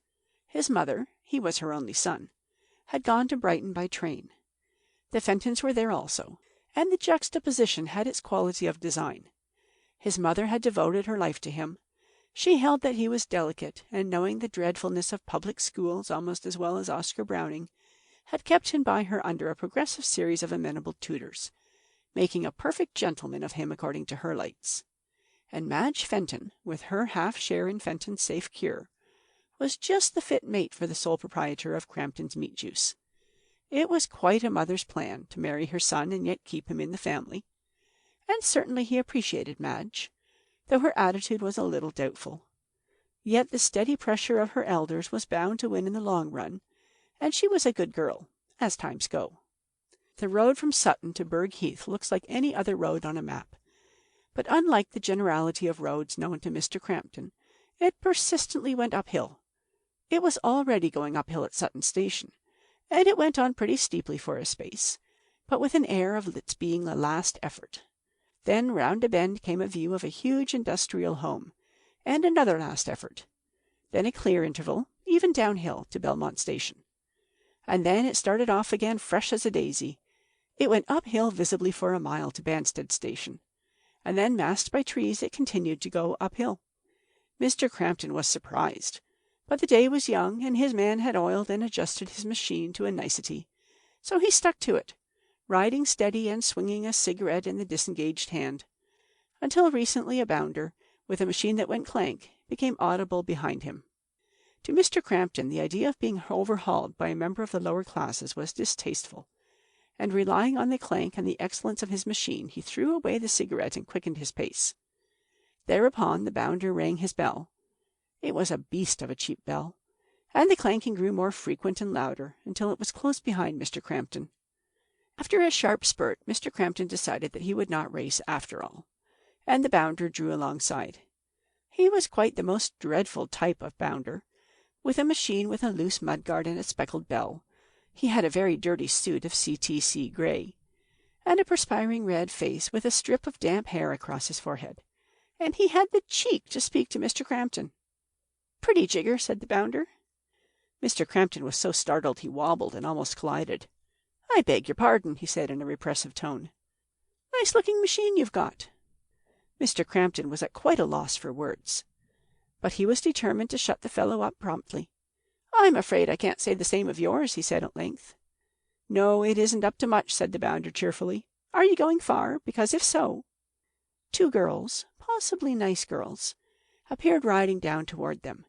They might think that he and Bounder were traveling together. "It's no business of yours," said Mr. Crampton, "where I'm going," and something indistinct about damned impertinence. "Lord," said the bounder, "no offense." It took him a minute to digest. Then he said something over his shoulder to Mr. Crampton that was lost, and putting his head down below his shoulders went clanking off at a great pace, his shoulders moving with his feet in a manner entirely despicable. Mr. Crampton rode quite erect, and with only one hand on the handle, to show that he was not racing, until the girls were well past him, and then he dismounted. This internal hill was tiresome, and he did not want to overtake the bounder. Walking, one could notice the fine growth of green with which the hedges were speckled, and the gum-exuding chestnut buds, and the dead nettles were all in flower. In fact, it was a pleasant change from the saddle for a man who was not a scorcher. And at last he came to Burgh Heath. As this seemed to be a sort of village green, he mounted again. Some way along was a little sweetstuff shop, and outside was the bounder's machine. The bounder was in the doorway, with his hands in his pockets, eating. He looked round at Mr. Crampton, and immediately looked away again, with a hollow pretence of self-esteem. And away down a hill Mr. Crampton was passed by a tandem bicycle. He overtook its riders, a girl and a man, walking the next ascent. They seemed to be father and daughter. The father a sturdy, red-bearded man with very fat legs, and the daughter decidedly pretty. She was dressed in greenish-grey and had red hair. Mr. Crampton was very glad indeed that he had got rid of the bounder forthwith. He had to set his teeth to get up the hill, but of course it was impossible to dismount. And then came a run down, and then a long, gentle slope that was rather trying, with a pretty girl on a tandem behind, that is, to keep one in the saddle. Reigate Hill came none too soon to give Mr. Crampton a decent excuse for dismounting. So he put the machine carefully where it looked well on the turf, and took out his silver cigarette case, and was in his attitude ready, looking over the clustering town and broad blue weald, as the tandem couple came walking down the hill. So far the ride had been very pleasant. After that the bounder, hot and panting. He came toward the turf as if contemplating a lounge, and his eye caught the chocolate bicycle. He glanced swiftly up at Mr. Crampton, and went incontinently down the hill toward town, visibly discomfited.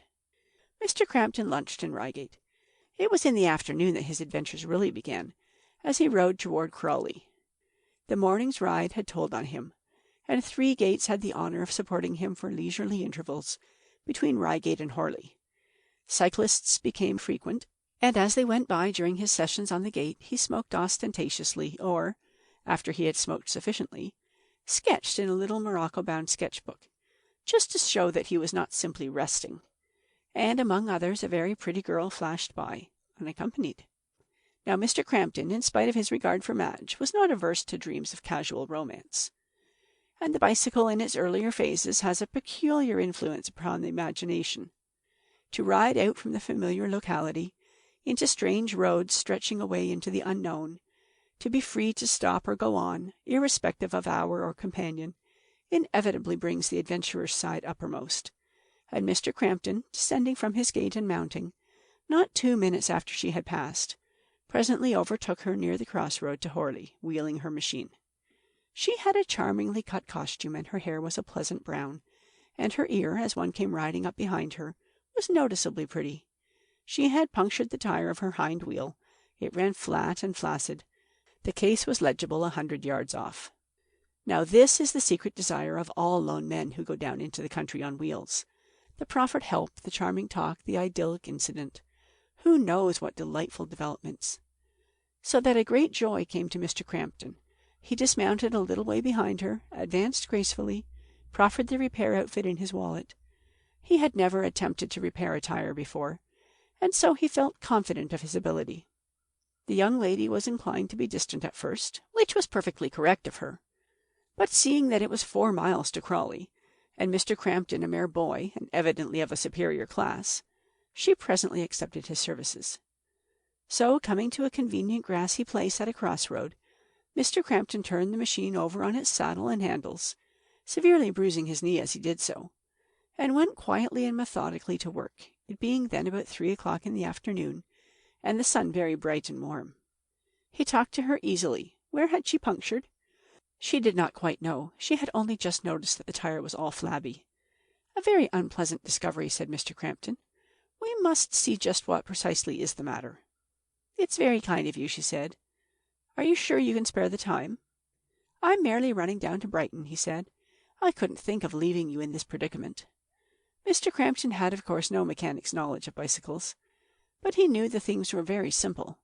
He knew he had to remove the tire, and it did not take him long to discover that in order to remove the tire, he would have to remove the wheel. How to get the wheel off was a little puzzling at first. It was evident the chain would have to come away. That involved operations with a dress guard and a gear case. "It's an inductive process," said Mr. Crampton lightly, concealing a faint qualm of doubt and setting to work on the gear case. "They're frightfully complicated things," she said. "These machinery people make them rather stupidly," said Mr. Crampton. "I shouldn't dare take the thing to pieces as you are doing. It's very simple, really. I think men are always so much cleverer than girls at this sort of thing." Mr. Crampton did not answer for a second. "You've blackened your fingers," she said. It was very nice and friendly of her, but a little distracting. She kept stepping about on the growing circle of nuts, chains, screw hammer, washers, and so forth about Mr. Crampton, and made many bright, intelligent little remarks that required answering. And she really was pretty. Mr. Crampton still continued to enjoy the incident, in spite of his blackened hands and the heat of the day, and the quite remarkable softness of the nuts on her machine. "If we are better at machine mending and that sort of thing," he said, "you have your consolations." "I don't think so." "The emotions," said Mr. Crampton. "But men have emotions." "As girls have bicycles," said Mr. Crampton, with the air of a neat thing, mislaying the pin of the chain and proceeding to pull out the wheel. The removal of the tire was the turning point of the affair. It simply would not come off the rim. "These detachable," said Mr. Crampton. He had to ask her to pull, and the struggle was violent for a moment, and a spoke got bent. Then he pinched her finger severely. He knew the operation depended upon a knack, and as he was ashamed of not knowing the knack, he pretended to be doing something else when a man's cyclist went by. 3 little children came by and seemed profoundly interested, until Mr. Crampton stopped and stared steadily at them. Then each began edging behind the other, and so they receded. And a tramp offered ingenious but impractical suggestions, until Mr. Crampton gave him 6pence to take them away. Then came the tandem he had seen in the morning going Londonward, and the old gentleman insisted on knowing what was the matter. Beastly officious of him. "We can't remove the tire," said the young lady, a little needlessly, Crampton thought. "Simple enough," said the old gentleman in abominable taste. It was simple in his hands. In a minute the tire lay detached. "I can manage now, thanks," said Mr. Crampton rather stiffly. "Quite sure?" said the old gentleman. "Quite," said Mr. Crampton with a quiet stare, and the old gentleman mounted his machine, for of course Mr. Crampton trusted to the directions on his repair outfit as anyone would. "Thank you very much indeed," said the young lady. "No trouble at all," said the old gentleman, and off he rode. The next misunderstanding was entirely due to the silly, vague way in which the directions on the box were written. Really, you had to stick the round patch thing into the puncture. But Mr. Crampton read rather carelessly, and first of all cut out a circular place in the air chamber, and seeing it was not quite round, he cut a little larger, and so on, until it was a little too big for the patch thing. The young lady had been silent for the last 10 minutes or so, watching Mr. Crampton's face, but now she asked suddenly, "Are you sure that is the right thing to do?" "It says so on the box," said Mr. Crampton, looking up with a smile, "but I really don't see how we are to manage it quite. Do you know," said the young lady, "I wanted to be in Crawley by 4. It was a little rude of her, but Mr. Crampton looked at his watch. It was 5 minutes past 4. "Dear me," he said agreeably, "the time has flown." And suddenly he remembered he was 26 miles from Brighton. "I think, do you know," said the young lady, "if you don't mind, I will wheel my machine after all. It seems such a long job mending it, and really, in Crawley, the man—" These local fellows aren't always quite reliable. I'm frightfully sorry, not to have got it right just at once, but it was very kind of you to try, she said. Do you know, said Mr. Crampton, even now? For the thing really interested him. His idea was to try a piece of paper smeared with solution. But it did not work, and at 4:15 he began putting the machine together, with nothing but a neat circular opening cut in the air tube of the tire to show for his wasted hour. His interest was fading, and the girl's manner was not so nice as it had been. And, curiously enough, the wheel would not go on right, and there was difficulty about the chain. One or two of the little nut things must have got themselves lost in the grass, and, trivial though they were, this complicated the business. Mr. Crampton was becoming painfully aware that his hands were black and his cuffs crumpled. He suddenly felt tired and disgusted at the whole absurd incident, and, seeing the growing impatience of the girl, he hurried the rebuilding indiscreetly, using his wrench as a hammer when necessary. The eyes of passers-by seemed ironical. Bicycles are odd things. He made it look all right, except the gear case, which he had trodden on. But when he stood it up, right way up, the chain flapped about on the gear case and the wheel would not go round. He tried what a little force would do, but only produced curious clanking noises. It was a most disappointing incident, and although the girl was indisputably pretty, curiously devoid of any real romantic quality. It doesn't seem right quite yet, she said. I'm afraid not, said Mr. Crampton, rather red in the face, holding the machine by saddle and handle and looking at it in a speculative way. It was really rather a difficult situation, and he was trying to think what to do next. It came of being a gentleman, of course, and chivalrous. Bounders would have ridden by in the first place without attempting to help. He wanted very badly to swear, and it was very clear indeed in his mind that he ought to be riding on. His self-control was admirable. I'm afraid it's no go, he said, looking up and smiling. She was looking quite straightly at him. There was no appearance of anger in her manner, but she remarked quietly, I don't think you ought to have touched my machine. I'm afraid you know very little about them.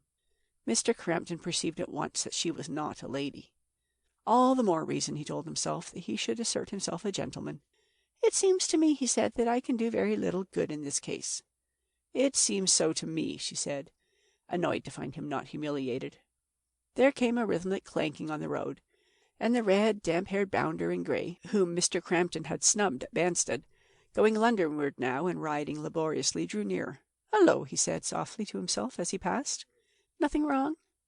Positively she answered him. Mr. Crampton did not notice it, because he was looking at the machine, but she must have done so. The bounder was already some yards down the road, but he dismounted with such alacrity that he almost tumbled over. He flung his machine into the hedge in a fine, careless way and came back. "What is it?" he said. "Nothing," said Mr. Crampton, full of angry shame. "Had a tumble, miss?" asked the bounder, not at all abashed, with his eye on the bent mudguard. "I can manage very well, thank you," said Mr. Crampton. "Let's have a look at the jigger," said the bounder, advancing, and suddenly became aware that he had met this obstructive person in brown before. He looked at the girl. "Please let the gentleman see," said the young lady quietly. At that, Mr. Crampton's temper gave way entirely. "Very well," he said quite crossly. "I understood I was to mend your machine. I've wasted an hour on it." "Steady on," said the bounder very quietly, bending down and looking at the machine. "I didn't know you wanted to stop every man that came along," said Mr. Crampton, suddenly exasperated to insult. "Steady on," said the bounder again. Mr. Crampton replied with a look of freezing contempt. "When you were rude to me," said the bounder, looking up, "I let you alone. But if you're going to be rude to this young lady, I shall just punch your head. See? I'm an engine fitter, and it don't take that to see you've been pretty near knocking out all the quality of a valuable machine." Mr. Crampton was breathless with anger. "I'm quite prepared to pay for any damage I've done," he said. Neither of them had the manners to answer, though he stood quite a minute. Trembling with indignation, Mr. Crampton picked up his machine, mounted a little clumsily, and rode off. He rode very fast until he was round the bend, just to show how angry he was. For a space he was boiling with rage. Then he laughed aloud in a sardonic fashion. "Of all possible experiences," he said, "ha ha, and this comes of trying to help a fellow creature." The sardonic mood remained. He hated every human being in Crawley, both on the right-hand side and the left. Most of them, from their manner, seemed to be aware of his recent indignities. He rested at Crawley an hour, hating people quietly but steadily, and thinking of alternatives to his sayings and doings with the bounder and the young lady. It was 6 when he rode on again, and the sun was setting. A mile out of Crawley he came to a long, dark hill. Twilight came as a surprise, and with it came an acute sense of fatigue. He dismounted. Presently he mounted again. It was difficult to decide which progress was most tiring, a foot or a wheel. And this was pleasure. An acute realization of the indestructible vulgarity of cycling came into his mind. A dirty, fatiguing pursuit that put one at the mercy of every impudent cad one met. He began to stamp with his feet, and use words that even his mother's care had not prevented his learning. The road before him was dark, interminable, impossible. He saw a milestone dimly, and went to it with a lingering hope that Providence might have interposed on his behalf and cut out a dozen miles or so. But there it was. Brighton, 20 miles. And then comes a mystery. Within 90 minutes, Mr. Crampton was alighting outside the best society hotel at Brighton. There is a railway station at Three Bridges, but I hold that an author should respect the secrets of his characters. There was no incriminatory ticket on his machine, and he never gave anyone the slightest ground for supposing he did anything but cycle the whole way. His hat was awry, his clothes dirty, his linen crumpled, and his hands and face and tie were defiled with black from the young lady's chain. His mother received him with effusion. She had grown nervous with the darkness. "My dear, dear Cecile," she said, advancing, "but how white and tired you look, and the dust upon you!" She laid caressing fat hands upon his shoulder. "Don't," said Mr. Crampton briefly, and flung himself into a chair, scowling. "You might give a chap something to drink," he said, "instead of standing there." But after dinner he recovered and talked to her. Among other things, he admitted he liked Madge, and seemed to take his mother's timid suggestions in a sympathetic spirit. "But I wish she didn't bicycle," he said. "It's a bit common." They lunched the next day with the Fentons. He waited for his opportunity to score his point, making no attempt to lead up to it, and so it did not come off until late in the afternoon. Mrs. Crampton would have boasted to Madge of his manliness in riding the whole way, but for his express prohibition. "No," he said quite calmly, in answer to some remark. "I didn't train. I wheeled down." Madge looked quite surprised. 52 miles, she said. "I don't know the distance," said Mr. Crampton. "It didn't seem so exceedingly long." The increase in her respect was swift and evident. "How long did it take you?" 6-7 hours. I started about midday. But I didn't scorch, you know, and I stopped for a half-hour mending a girl's tire." He tried to look as though he had done nothing extraordinary. "Here's Ethel, of all people," said Mrs. Fenton, rising. "My dear." Mr. Crampton looked up, and there in the doorway was the heroine of the punctured tire. Madge rose, too, to welcome her friend, and missed his expression. "And here is Cousin Cecile," she said, introducing Mr. Crampton. The newcomer advanced brightly, stared, hesitated, and bowed coldly. Mrs. Crampton never quite understood the business, because her son was not only reticent, but extremely irritable when questioned. Evidently the young people had met before, and were under considerable constraint. She is inclined to think from the subsequent incidents that Ethel was a designing sort of girl, who set Madge against him with the idea of securing him herself.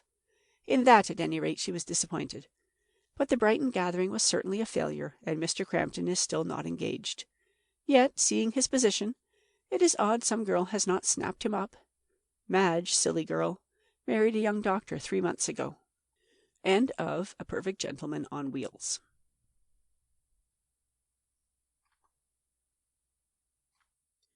Mr. Marshall's Doppelganger. Among the curious cases which I, as a once active member of the Society for the Rehabilitation of Abnormal Phenomena, have been called upon to investigate, that of Mr. Marshall's apparition to the Reverend Philip Burwash, of Sussexville, and to the Reverend Philip Wendover, his curate, is certainly by no means the least curious. It was communicated to the Society by the Reverend George Burwash himself, with a mass of authenticating evidence quite in excess of the ordinary case of this description. The Reverend George Burwash is one of that little army of honest and worthy amateur investigators scattered throughout the country, clergymen, retired officers, professors keeping holiday, and ladies of every description, who, in spite of certain inexperience in the handling of human evidence, are doing such excellent work in reviving the erst decadent belief in spiritual entities. He was already favorably known to the Society by his experiments in thought transference. The apparition occurred on Christmas Eve, 1895, and his communication was read before the Society in the subsequent January. My inquiries into Sussexville were prosecuted during the April and May following. A doppelganger, I need scarcely remind the reader, is the neo-English for a double. You are here, and yet you appear suddenly to a friend or acquaintance elsewhere. In other words, A doppelganger is a phantasm of a living person. Such phantasms are believed by many quite reputable people nowadays to be of frequent occurrence, and, as in the case I had to examine, are often curiously purposeless. Here we had Mr. Marshall appearing suddenly and with a disturbed countenance before Mr. Burwash and his curate, uttering horrible imprecations, threatening him, and then suddenly disappearing. He cursed and threatened without rhyme or reason. His procedure was totally without symbolic value, but so vivid and so sonorous was the phantasm that at the time it did not enter into the head of Mr. Burwash to regard him as anything but a real person, albeit the figure moved with a curious gliding motion, markedly different from walking. Until it vanished, indeed, the thought of ghosts did not occur to him. The manner of disappearance and the subsequent silence, as the reverend gentleman described them, were, however, quite sufficiently ghost-like for any reasonable person. My first proceeding in elucidating this interesting case was, of course, to visit the scene of the appearance, and courteously but exhaustively to cross-examine Mr. Burwash and Mr. Wendover on the particulars of the incident.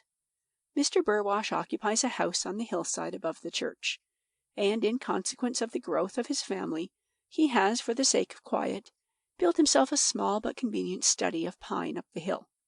A path crosses over the crest of the hill, and descends steeply from a little gate near the study between the vicarage hedge and the churchyard wall to the lychee gate in the main road below.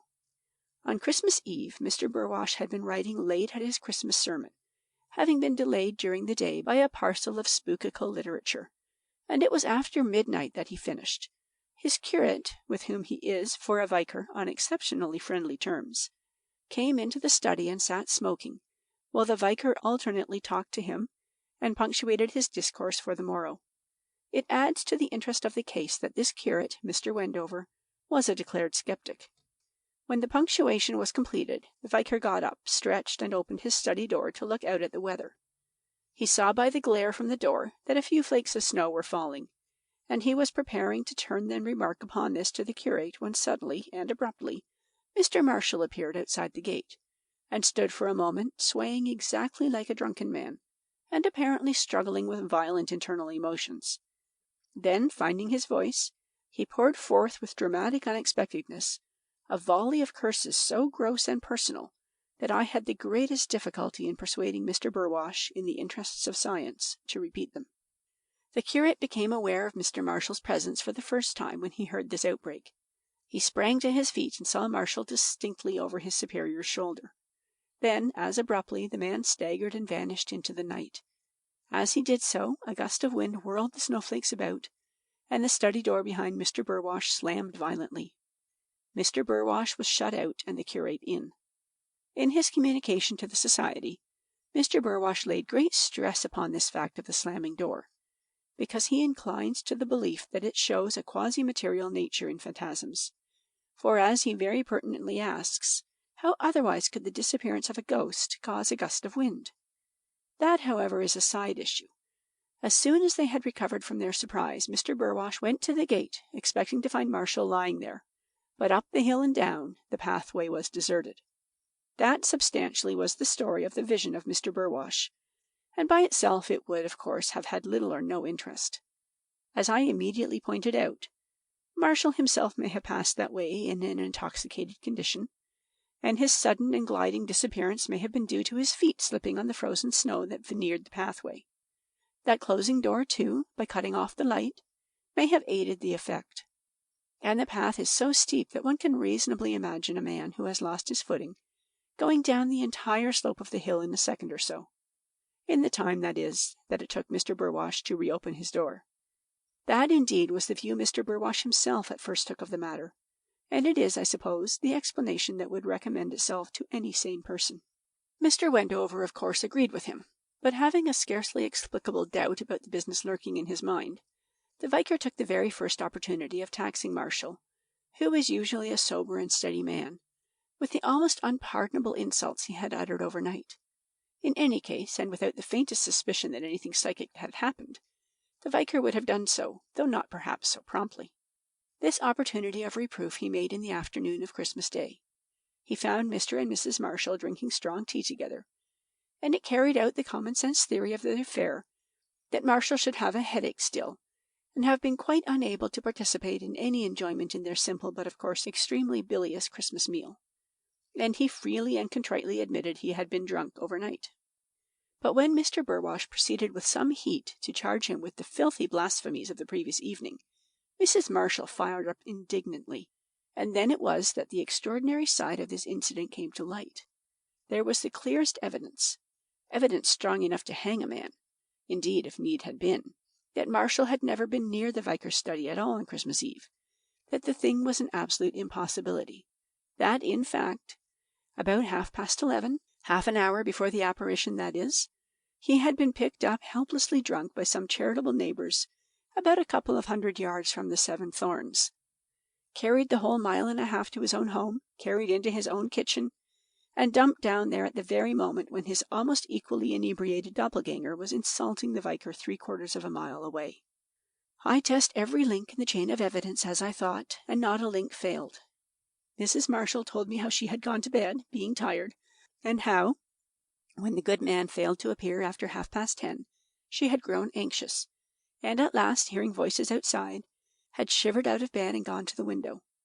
A Mr. Ted Apps, 2 brothers named Durkin, one a blacksmith and the other a watchmaker, and a Mr. Hetherington, a baker, were walking in a leisurely and voluminous manner along the road, singing as they walked. She knew Mr. Apps, and opened the window and called to him. She asked him whether he had seen Mr. Marshall. At that, the little party stopped and interrogated one another. They all distinctly remembered Marshall being at the Seven Thorns, and until she called their attention to the matter, had had a vague impression that he was still convivially with them. Her wifely anxiety being only too evident, and they full of that feeling of mutual helpfulness that still, thank heaven, distinguishes our homely country Christmastide, it was natural they should offer to return for him. "All right, Miss Marshall," they cried after one another in a reassuring voice, and turned, and making the night cheerful with Marshall's name, returned round the long winding road toward the Seven Thorns. All were seasonably inebriated, and no doubt they were now scattered distantly and now in an amiable knot together as they reeled along calling after Marshall. But all distinctly remember what was happening at the time. I have elaborately verified the story from all 4 of them. Everything was as explicit as evidence could be. "'Twarn't not 100 yards off St. Thorns," said the blacksmith Durgan, "that us found him. There he was, with his head against the old fence and his blessed old white legs." It was Mr. Marshall's weakness invariably to wear a peculiarly light variety of corduroy trousers. "A stickin' art, just helpless he was. 'Ad to carry in every blessed yard, us did. He was bad, I tell ye." The others corroborated exactly. Marshall's speech, they agreed, was incoherent, shapeless, in fact. Had he been able to surmount one impossibility and get up to the vicar's study, it would have been equally impossible for him to have articulated a curse. Of that they were all convinced. And I imagine that the process of carrying him home along the dark road must have been a pretty severe test of insensibility. "Didn't you drop him?" I asked of the elder Durgan. "Oh, we dropped him," said Durgan reassuringly. "We dropped him right enough. And Lord, what a job we did have a picking of him up, to be sure." And he proceeded to give me a detailed narrative, as he remembered it, of the entire journey. Consequent upon Mr. Marshall's incapacity to walk, Mrs. Marshall had to come down and open the door in order that they might carry him in. But being in a dishabille that she considered unbecoming, she stipulated that they should not enter until she had had time to retire upstairs again. As they came in, she held a candle over the banisters and directed them where to deposit their burden. Mr. Apps, being in a festive mood, then demanded drinks round, but the others, being soberer, overruled him, and after they had retired, she descended and locked the front door. Afterwards, it would seem that Mr. Apps returned, hammered at the door, and demanded drinks again. 2 or 3 times, she said, she was alarmed in this way, and then Mr. Apps apparently abandoned his quest. She laid great stress on the aggressive behavior of Mr. Apps, on account of the trouble about the missing sausages and mince pie, to which I shall presently allude. As Marshall rarely drank, and as Mrs. Marshall was a person of refined taste, with a womanly horror of an intoxicated man, she did not go down to him in the kitchen until the early morning, and then she found him, still in a drink-sodden sleep, upon the hearth-rug, with a pool of melted snow about him. And there, what one may call the case of the alibi ends. Strong that case indisputably is, the reader must admit. Now here we have an extraordinary contradiction between two perfectly credible stories.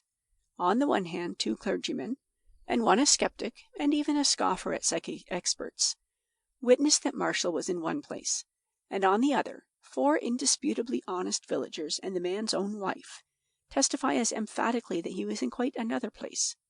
I sifted and weighed every scrap of evidence and could see no way to reconcile the two, except by taking the view that Mr. Burwash took, and admitting a belief in doppelgangers. To that effect I finally reported to the society. Altogether I gave the business a clear 7 days. Only one alternative to that acquiescence seemed possible to me, and that was that the vicar and his curate, in spite of almost vehement assurance of Mr. Burwash, had not seen Marshall at all. I spent 3 days seeking a colourable substitute for Marshall, a person who, seen casually, might have been mistaken for him, and not one could I find. He had a noticeably long nose, a fresh complexion, and a large mouth. Even in his dress he was distinctive. In view of the fact that the light of the vicar's study fell fully on the face of the apparition, the mistaken identity notion failed hopelessly as an explanation. It was doppelganger or nother. Doppelganger, to my mind, seemed the more credible climax. In the whole course of my career as a psychic inquirer, I had certainly never come upon any occult phenomena so absolutely a tried and proven thing. I ask the reader to stop at this stage to recapitulate the case as I have stated it, and to consider whether the proof does not seem to be practically complete. No one at all familiar with modern psychical research will find any discredit to the story in the absolute carelessness and purposelessness of the appearance. I need scarcely say what a hearty welcome the society, which was naturally glad to find its existence justified, accorded to my personal conclusions. People who have committed themselves to psychical research, who have been called knaves and fools for their curiosity, cannot be expected to judge too skeptically such a well-authenticated case as mine. The case was, if I may use a vulgar but vivid expression, flapped vigorously in the faces of our detractors all over the world, and my own appearance at the May meeting of the Society was, in its way, an ovation, and every inducement was held out to Mr. Marshall to doppelgang again. Chapter 2. Mention has already been made of the Reverend Philip Wendover in connection with this story. Mr. Wendover belonged to that large and, I fear I must write, prejudiced class, who will not have psychic phenomena at any price. He was a fair, athletic young man, and he had formerly been an assistant master at Dinchester. To that I must ascribe his extraordinary facility with slang, which occasionally even affected his pulpit deliverances. From first to last, while I was unravelling this story, he had nothing but derision for me, in spite of his being my most important witness. Indeed, I quite sickened of his pet phrase of tommyrot. "What tommyrot it all is," he would say in his riotous, amiable way. "A grown man, presumably sane and educated, spending days and days hunting the ghost of a dead superstition for a lot of piffling old fools in London. Why the deuce don't you dig, man? Do something useful. You're strong enough." "Well," I would say, "here are my facts." "Oh, facts be jiggered," he would say. "Facts that prove doppelganging are facts I have no respect for." "But I have," I would say. "What beastly rot! You've got a flaw somewhere. You know you have. If facts prove arrant nonsense, it shows that there's something wrong." Then I would begin to state my case. "Show me the flaw," I would say. And directly I begin to marshal my evidence, he would lose his brief temper and begin to shout me down. Did I think he had the time to go over every leaky tin pot ghost story in the country before he had a right to disbelieve? And I would raise my voice to avoid be shouted down. "If Marshall has a doppelganger, let him bring him up here in the daylight," he would say, and similar illogical nonsense, offering to board and clothe the two of them for a year out of his own meagre income, shouting extravagant promissory notes at the doppelganger, and so forth. And then, suddenly, at the height of our shouting, he would leave off quite abruptly, stare savagely at his pipe, and ask me for a match. "Have you a match?" he used to say, as though that was the thing that had driven him to revolt. That, by tacit understanding, suspended the quarrel. I would hand him a match to relight his pipe, he would make some indifferent remark at a tangent, and we would go on talking and smoking together like a pair of brothers. The row, when it must have seemed to an eavesdropper on the point of blows, would vanish before one could snap one's fingers. For his choleric outbreaks, like my own, were as brief as they were violent. like tropical thunderstorms more than anything else in the world. Now, after I had returned to my chambers in Museum Street, I was surprised one afternoon in May by a visit from Wendover. I was collecting some new and interesting evidence upon crystal gazing that had recently come to hand, when I heard him noisily ascend the stairs. He came in, with all the tumultuous violence of triumphant common sense shouting and blowing, flung his umbrella on a haunted sofa I had on loan under observation, slapped down his hat on the planchette, and sat in my easy-chair. "Give me some tea, my good man," he bawled, "and then I'll tell you an eye-opener. Your doppelganger, he's hoist." I tried to be as cool and accurate as possible, though this interruption was certainly something of a shock, and I begged him to let me know how the hoisting was accomplished. And waving his bread and butter at me to accentuate his story, and ever and anon drinking his tea noisily and eagerly, he told me the true story of the Marshall doppelganger. "You know there was a thundering row blowing up about Mrs. Marshall's sausages and mince pie," he said. "Libel actions and all that." I remembered the trouble quite distinctly. Too distinctly, indeed, for it was a side issue into which Mrs. Marshall was always running, and which made Apps suspicious and reluctant under examination. The disappearance of the dainties on Christmas Eve from her kitchen I had always regarded as a troublesome irrelevance. So far as I had formed a judgment in that matter, at all I had gone with the general sentiment of the village, and suspected Apps and his friends. For clownish thieving of that kind was just the sort of thing that would commend itself to the rustic mind as a very good Christmas joke indeed. "What has the mince pie got to do with the story?" I said. "Everything," said Wendover, and he drank, winking at me over his teacup. "Old Franks," said Wendover, putting his cup aside and leaning forward as he spoke to touch my knee. "What of Franks?" I said, for I had never suspected that elderly sinner had any connection with the case. "Drunk," said Wendover. "Drowsy, tipsy in the Seven Thorns a week ago. Discussion running high on the great mince pie and sausage question. Did Apps take him or didn't he? Friend of Apps indignant, tried running down Mrs. Marshall. Everybody knows Mrs. Marshall's mince pies are worse than her sausages. Not worth stealing, wouldn't have 'em at a gift." "Ain't they?" says old Franks, hiccuping and winking. "That's all you know," said old Franks. Wendover paused, looked at me, and took up 2 slices of bread and butter, laid them face to face, bit them enormously, and looked at me again. "My good man," I said, "have you come all the way from Sussexville to tell me that?" "That and some other things," said Wendover, disposing of the bread and butter. "How do you know?" said Ups's friend. "Never you mind," says old Franks, appearing to realize he's made a slip. And there, in spite of a few leading questions to the old man, his criticisms on Mrs. Marshall's mincemeat came to an end. "Well," I began. "Wait a bit," said Wendover. When old Franks had gone, as he did rather quick after that, the peculiar way in which he had spoken was remarked upon. Could it be that he had stolen the mince pie in question? Occasionally he did odd jobs for Marshall, as everyone knew, and it might be that sometime on Christmas Eve he had ventured. "Really, this pothouse gossip!" "You wait." It wasn't long before this little suspicion came to my ears, and I must confess I didn't think very much of it at the time. Nor did I connect it with your well-authenticated case. Who would? But going past Marshall's, who should I see, as I thought, but Marshall planting beans. He was stooping down with his back to me, so that his nether garments formed most of the view. I went to the wall and shouted, intending to have a quiet word with him about this missing pie and sausage. He looked up, and then I saw the mistake I'd made at once. It wasn't Marshall at all, but the excellent Franks, doing a bit of a job in a pair of Marshall's cast-off breeks. Ah, now you sit up. No men could be less alike about the head and face and complexion, I'll admit. But seen that way, well, there was really an astonishing resemblance. Easily be mistaken.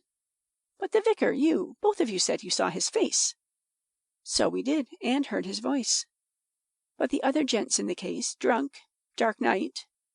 That staggered me for a moment. I'd never thought of a mistake in the identity creeping into the case on that side.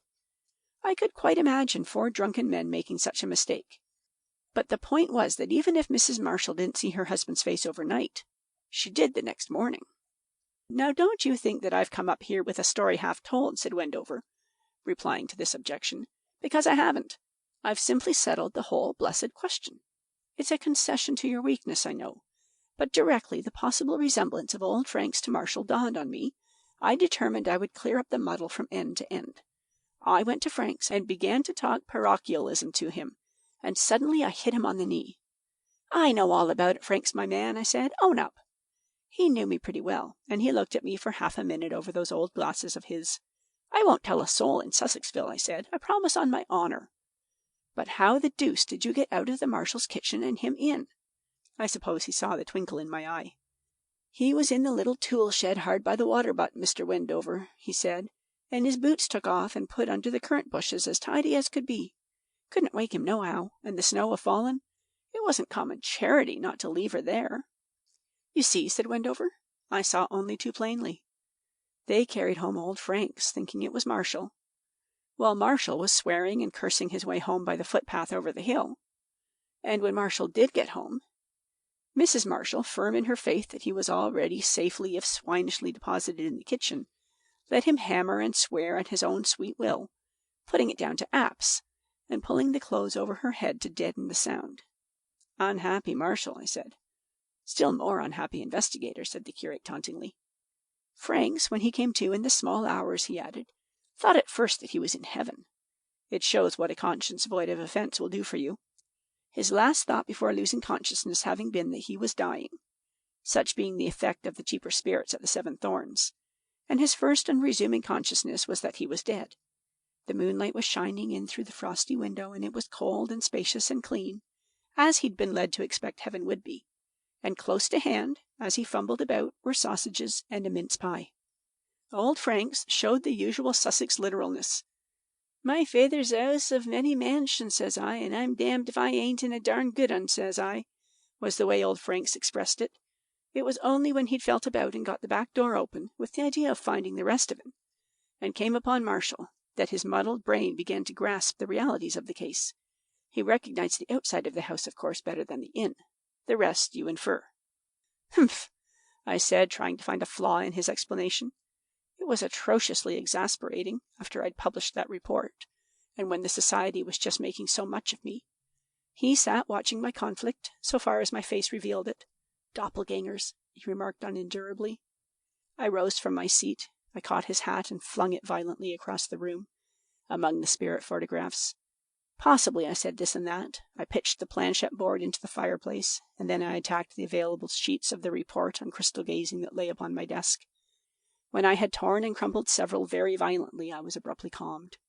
I turned and found the curate had his pipe out. "Have you a match, old chap?" he said, with the utmost tranquillity.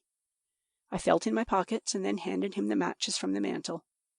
Then, sitting down in the armchair by the fire, I took a pipe from the rack and followed his example.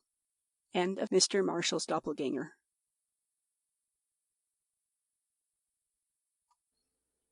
The Loyalty of Esau Common. A fragment. The native land of Esau Common was Aurelia, the head and center of that great political system, the Aurelian Empire, and he was born near the capital, in the very suburbs, indeed, of Brumosa, the mightiest city in many respects that the world has ever seen. And rather indiscreetly, as one is apt to do in this matter, he was born a lower middle-class Aurelian, of no particular family, and less than no particular expectations of wealth or influence in life. He was born in a little room over a shop full of picture frames, and of lengths and samples of picture framing, and amidst a faint smell of glue, and his first cry mingled with the uproar of a traction engine that was blundering along the paved suburban high street upon which the rattling sash windows of his birth-chamber gave. Moreover, his father was a man whose trade had made him a vehement critic and contemner of artists, an avid reader, and, if possible, a purchaser of all books, excepting only novels and works upon art that came in his way.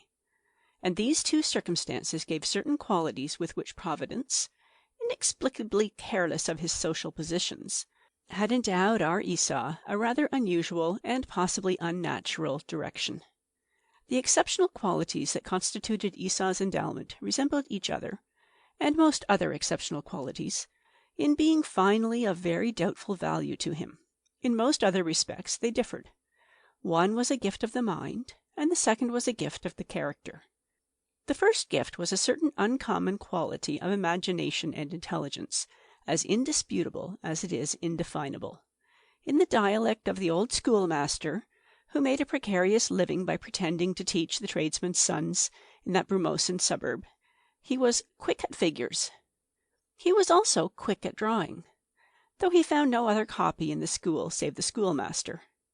And, at an astonishingly early age, he grasped the fact that the practice of reading gave rewards incommensurably great. He was a great reader, said his mother, and it was remarked by the curate who prepared him, in spite of precociously shrewd theological objections, for his first communion in the official church of the Aurelian Empire, that he was a lad of unusual intelligence. Now, unusual intelligence alone in persons of the Aurelian middle class is apt to lead to tragedies. The great Aurelian Empire does not recognize the necessity of persons of unusual intelligence springing up in its lower middle class. It is an empire distinctly characterized by its eminent sense of order and decorum. It goes to inordinate costs to maintain a special class of superior persons, and for unusual intelligence to appear outside that class displays, to say the least of it, an uncivil disregard of wise and careful arrangements somewhere. In most instances, unusual intelligence of such irregular origin is starved and ignored, or at most permitted to exert itself, under proper patronage, in the ineffectual field of the arts. But it chanced that the tenor of the frame dealer's discourse on art in general, and his best customers in particular, gave his son an early and quite incurable bias against the practice of art in any form, while the parental collection of books gave it an equally strong bent towards the graver and more spacious interests of public affairs.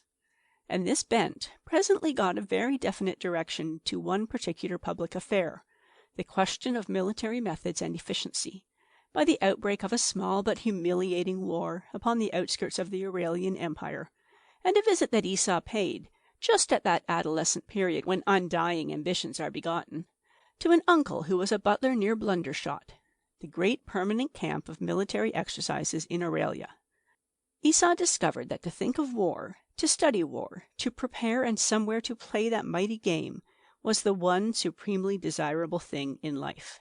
He might just as well have decided that his calling in life was to play cricket with the fixed stars, so far as any prospect of realizing his ambition went.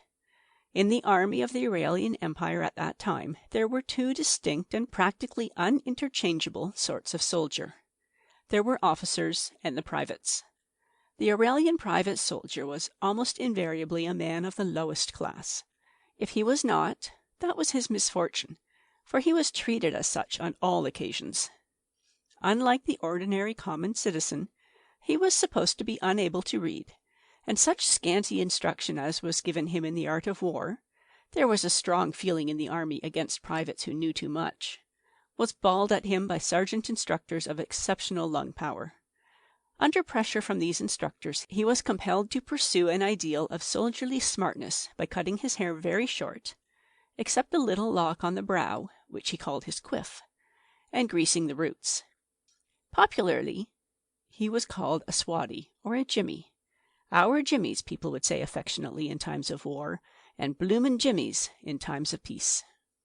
And his brightly conspicuous blue baize uniform was resented in all but the meanest drinking-houses and places of public resort.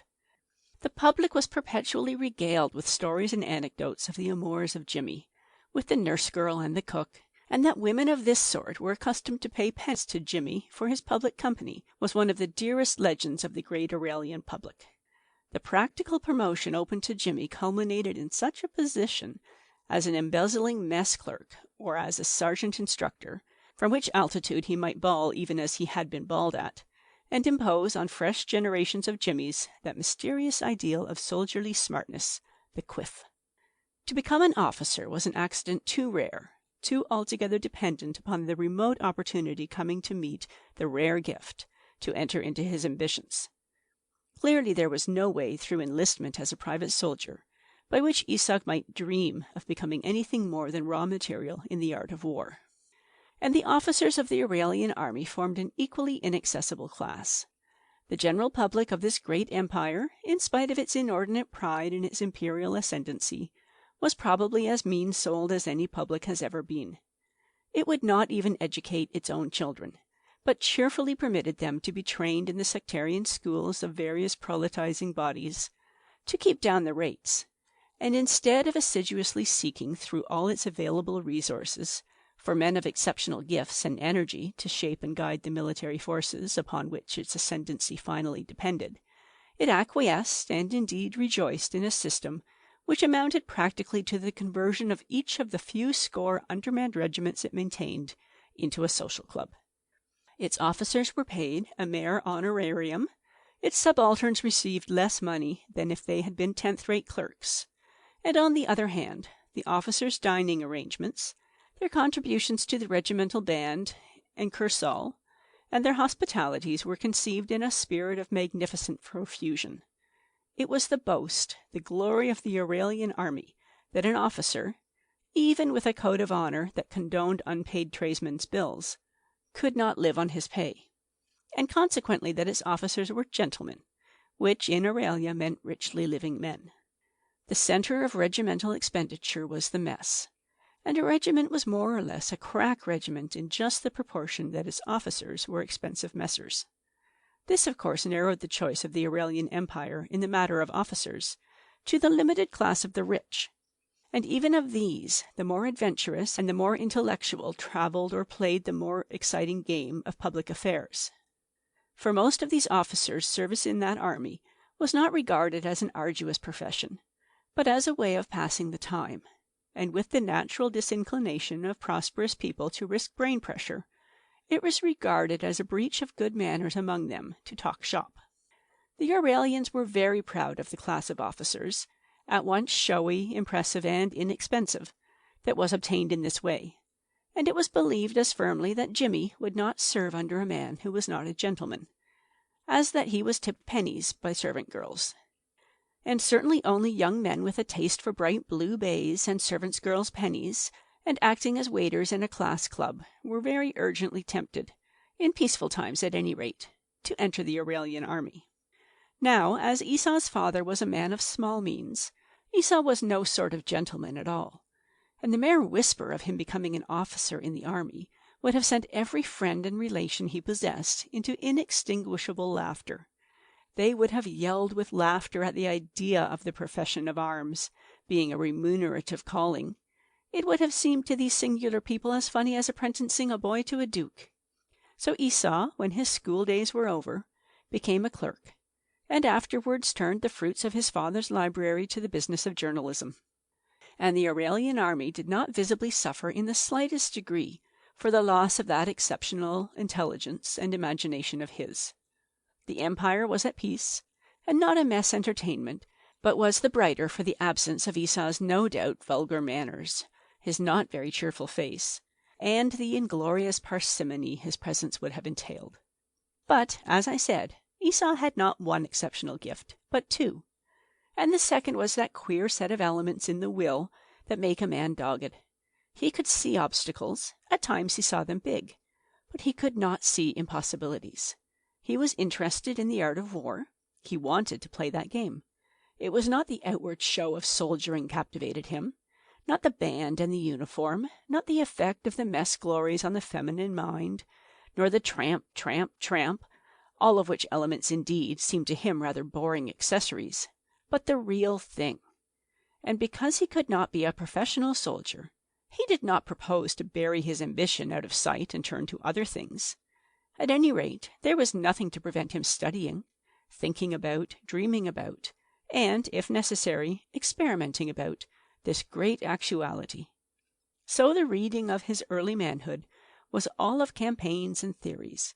His holidays led him wherever military exercises were in progress, and for a time, under the immediate command of a wholesale draper and the remote control of a superseded lieutenant colonel of the regular army, he studied thirst and hunger, banked holiday crowds, and the thinnest sham of sham fighting as a volunteer. In time, Esau came to know quite a lot about war, to feel even that he could imagine what it might be when the next war came. At the very first he had come to this matter with a vague suspicion that the Aurelian army was not the supreme expression of human science and forethought.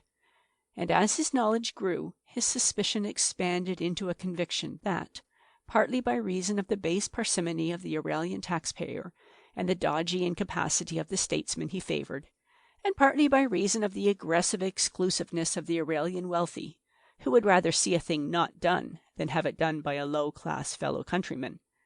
The Aurelian army was about as inefficient and inadequate a fighting machine as any empire in the world, except perhaps the Chinese, had ever tempted Providence by maintaining. It was undermanned, it was stupidly officered, its economy was controlled by civilian clerks who knew nothing of war and cared less, its drill was 50 years out of date, it was short of horses and devoid of transport, and he became more and more convinced that nothing but a miracle could save it from overwhelming disaster if it ever came into collision with either the army of Celteria or that of Barbarossa, Aurelia's great rivals in the world. Not, indeed, that either of these armies struck Esau as being exceptionally efficient or incapable of disaster, but they outclassed the Aurelian force quite hopelessly for all that. Now this realization distressed Esau very much. Aurelia was a splendid and spacious empire, with a glorious language and literature and a gallant history, even if it lacked gallant taxpayers. And Esau's pride in his race and nationality was, to begin with, an almost religious passion. And here, marring his pride and darkening his future for him, he perceived more and more clearly this flaw upon its glories. The thing kept him awake at night, and by day it distressed him to the pitch of perpetually wanting to do something, and never being able to get that something done in a satisfactory manner. He wrote letters to influential military people, who did not answer him or snubbed him pitilessly. He wrote letters to papers that made him seem a conceited and jealous detractor of happily placed officials. He wrote articles that he found it very hard to get printed, or that finally got themselves torn up again in a fit of unpatriotic pique. He tainted the little reputation he had made as a journalist by his attentions to this topic. His chief editor had to stipulate that when Esau wrote articles about this and that, he should not go dragging in the army grievance, and Cockshot, the humorous writer and talker, added, "Hello, Common! What's the Aurelian officer done now?" to his collection of daily jests. To which Esau usually answered, "Nothing." And when his patriotic ardor began to cool under the discovery of his absolute insignificance in the Aurelian scheme of things, another passion grew to replace it. And that was the exasperation of a man who believes in his own capacity and finds it universally denied, who finds his life slipping past him with no chance, with no shadow of an opportunity to prove him more than a windy contemptor of his superiors. By 33 he was a bitter man. His birthday fell on the great Aurelian bank holiday, when all over the country that volunteer force which was the Aurelian excuse for avoiding conscription did what were called maneuvers. By habit or accident he found himself walking in the pine woods near Blundershot, the great Aurelian camp of arms. He had come upon a battalion in the shape of a straggling crowd, standing and firing a volley at 200 yards, preparatory to delivering a bayonet charge. And fleeing this horrid vision, he had come upon another massing, apparently to receive shrapnel at 700 yards. Finally his luck had brought him out upon the crest of a hill, from which the final march past was to be seen, dim and far away through the dense clouds of dust. He sat down upon a gate and watched the dark masses shape about and move, and every now and then the warm breeze brought the strains of their numerous excellent, and totally unnecessary, bands to his ears. There were over 20,000 men away there, infantry, in battalions that invariably fell short of their full strength. There were a squadron or so of cavalry, half a battery, a machine-gun section or so, and 29 men with bicycles. The entire force had no means of supply nor transport whatever. It was fed by a wholesale grocery firm that supplied its own carts, and whatever survivors a month of campaigning might leave of it were bound by every arrangement to be bootless and in rags, unless the enemy supplied them in the prisoners' enclosure. Esau's emotions took form at last in words. He misapplied his condemnation. "You fools," he said, addressing the collected masses. A voice answered him, a voice with a faintly foreign accent. "Peace advocate, I presume?" Esau turned and discovered a gray golf cap, a bronzed nose, and a red mustache. The golf cap, lifted, disclosed a pair of keen gray eyes. "Not a bit of it," said Esau. "Well," said the stranger argumentatively, They'd be about as much good in a fight, said Esau, as a Hyde Park demonstration. Looks pretty stocky stuff, some of it, said the stranger. Esau made no direct reply. There's a point, he said, where courage becomes lunacy. A man who seriously proposes to go into a campaign as a volunteer soldier under the Aurelian War Office is either sick of his life or an idiot. Studied the question? A little, said Esau. What's wrong? He had opened the floodgates. Everything, said Esau, and assumed a more comfortable position on his gate. For example. The stranger struck Esau as a person of unparalleled intelligence. He did not simply listen. He punctuated Esau's remarks with brief, intelligent sentences of appreciation. In the first place, explained Esau, this volunteer army has not 1/10 of the guns it ought to have. It has no cavalry, it has no transport, and no stores. In a country abounding in horses, there is no organization for registering and using the national stock of horse flesh for transport, and it wears unserviceable uniforms. It is indeed a mere costly and inefficient emergency apparatus for filling up infantry battalions in the regular army that ought never to need filling. Its drill is obsolete. Drill, cried Esau. They haven't begun to drill. All they can do is march up and down in lines and files and masses and shoot at targets.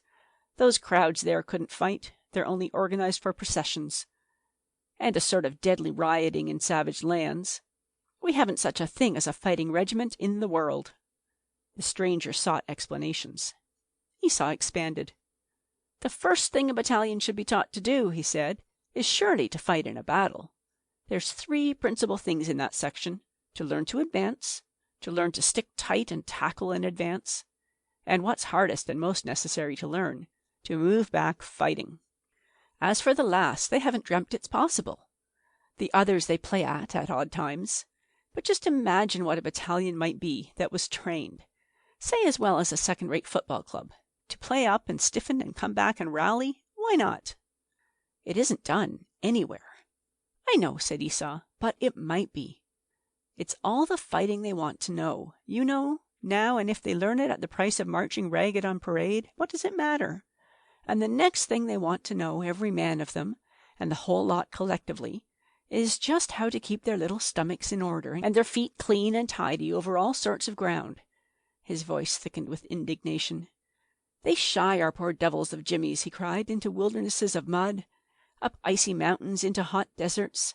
They send them where there is nothing but putrid water to drink, and with emergency rations for 3 days ahead, clamoring to be eaten or thrown away. And never till the war comes do they give them a ha'porth of training in judgment or self-restraint. You know the fighting in warfare is nothing to the other thing, the traveling. That's the principal thing an army does in war. It moves about. But until this army of ours is actually in a war, it never moves itself a bit. It squats in barracks while its officers give entertainments and play cricket and polo, and half the men in each skeleton battalion are trotting about doing housework and washing up and all that. But you know, if everyone connected with this army was not a cursed fool, it would burn its barracks and march. Where? Everywhere. All around the Aurelian Empire, in carts, on horses, or bicycles. Bicycles for preference. This army should go, battalions full up, rationed, armed, guns and everything, ready to fight. In bad weather? Always. Rough on it? Not a bit of it. It's the barracks are hell for soldiers. It's the dread of barracks keeps decent men out of the army. It's the barracks that make 1 man in 12 desert. The suicides at Blundershot are proverbial. They'd learn soon enough how not to let marching be rough on them. They'd see the world. Think of the sort of recruits they'd get for a bicycle tour round the Empire, with the off chance of fighting like football, eh? They'd rope in something better than the lout who wants a blazing uniform, because of the girls, and has to be trained to sight his rifle by command. Just think of it. Beautiful regiments of brown, hard-seasoned men, with sound feet and sound insides, and all their stuff compactly with them, all of them knowing just what to do and just how to do it. Think of 'em going off white and young southeast and coming back hard and brown out of the west. Eh? Everlastingly. But there must be a reason, began the red-haired man. The reason is why the army is a social institution. Where'd the hunt be? Where'd the band be? How about the annual sports? No tennis for him, no cricket. Think above all of the wives of the titled officers." Esau expanded still further. He poured out the bitterness of his soul upon the strange ordering of things that made warfare the privilege of a particular class, the honor of soldiering a prerequisite of wealth. He admitted to this stranger the tragedy of his thwarted ambitions, with that freedom and intimacy that is sometimes so much more possible with strangers than it is even with our nearest friends. The red-haired man meditated upon him. "I, too, was born an Aurelian," he said at last. "But now?" "Life was too strictly defined in this country for my father. He did not like that state unto which it had pleased God to call him. And as sticking in that state is one of the fundamental articles of religion here at home, he went to Marantha, where they have a different creed. I was 16 years old then, and now I am a Maranthian." Esau looked at him with a new interest, for Marantha was a curiously situated country, sunken as it were between encircling arms of the Aurelian Empire, and threatened, it was openly said in both countries, by that process of expansion that seemed to be the Aurelian destiny. "But," he said, "don't you find that mixed your sympathies a little?" The Maranthian shook his head. "You don't feel yourself an Aurelian?" "Not a bit of it. Why should I? You can come back to the land where you spent all the impressionable years of your life and feel a foreigner." The red-haired man looked at the dusty regiments away there and smiled up at Esau. "Don't you?" he asked. "Not a bit of it." "Where do you come in?" Esau looked interrogation. "They don't want you," said the red-haired man. "They will," said Esau, not very confidently. "Not a bit of it. They'd rather run their empire on the rocks and scuttle it than take help from a common man like you. What is it they call you?" He hesitated. "Bounder," suggested Esau. "Yes, that's the word. Bounder, outsider, poor man, not in the know." Esau stared at the distant march past. The red-haired man pursued his advantage. "Your empire," he said. "Did it bother to educate you?" "I did my learning in a national school." "There you are. The empire didn't want you. It handed you over to a society of pious people, and let 'em bring you up on charity and cheap teachers, to their own particular brand of piety, eh? It paid the very least it could for you. It only did that out of shame. It treated you as bad men treat their bastards. And afterwards?" Esau took a higher line. "One gives to the empire. It's a duty, not a charity." "They won't let you give. Keep out of it, you low-class brute. That's the empire's compliments to you. Let our officer boys of the proper class learn war, with your blood, and take your gifts to hell. Has it ever spoken differently to you?" Esau straddled his gate defensively. "The day will come," he said. "When you will die and be buried," said the red-haired man. "Since the Ironsides faded from the world, they've run no risks of men of your sort getting their hands on the machines." They came upon a pause. "Now, in Marantha," said the red-haired man, as though he spoke aloud, "a good soldier is a good soldier, wherever he was born." Esau did not answer. "Why should you not go to Marantha?" said the red-haired man, suddenly firing point-blank. "What does Marantha want with soldiers?" asked Esau. "It wants 'em, anyhow," said the red-haired man. "And it sees that it gets them." "Why?" "To prepare for war is to avoid it." "Not always." "It is the best. What possible country could Marantha fight?" The red-haired man shrugged his shoulders. "I am an Aurelian," said Esau. "The country does not admit it," said the red-haired man. "It lets me live here." "Like any other foreigner.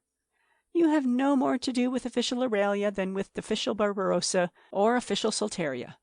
In the language of polite society, you don't exist. Now, in Marantha, you can exist just as much as you see proper."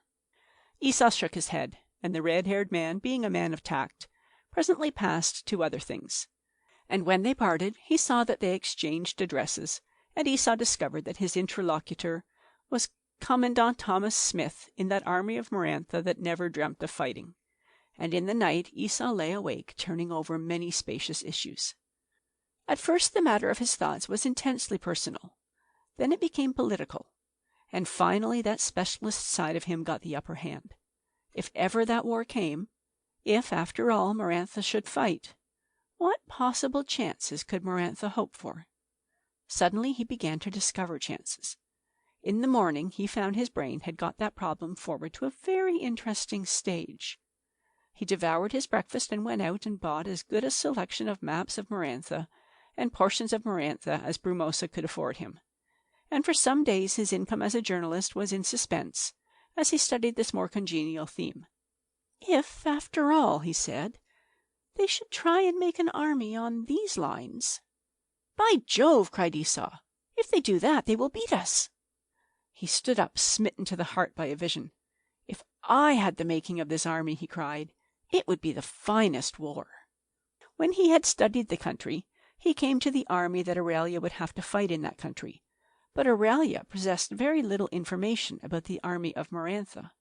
In the current number of a high-class review, however, Esau found a curious article on Marantha by a gentleman of position whose gist was this: that the Maranthians who had once been excellent sharpshooters could now no longer shoot.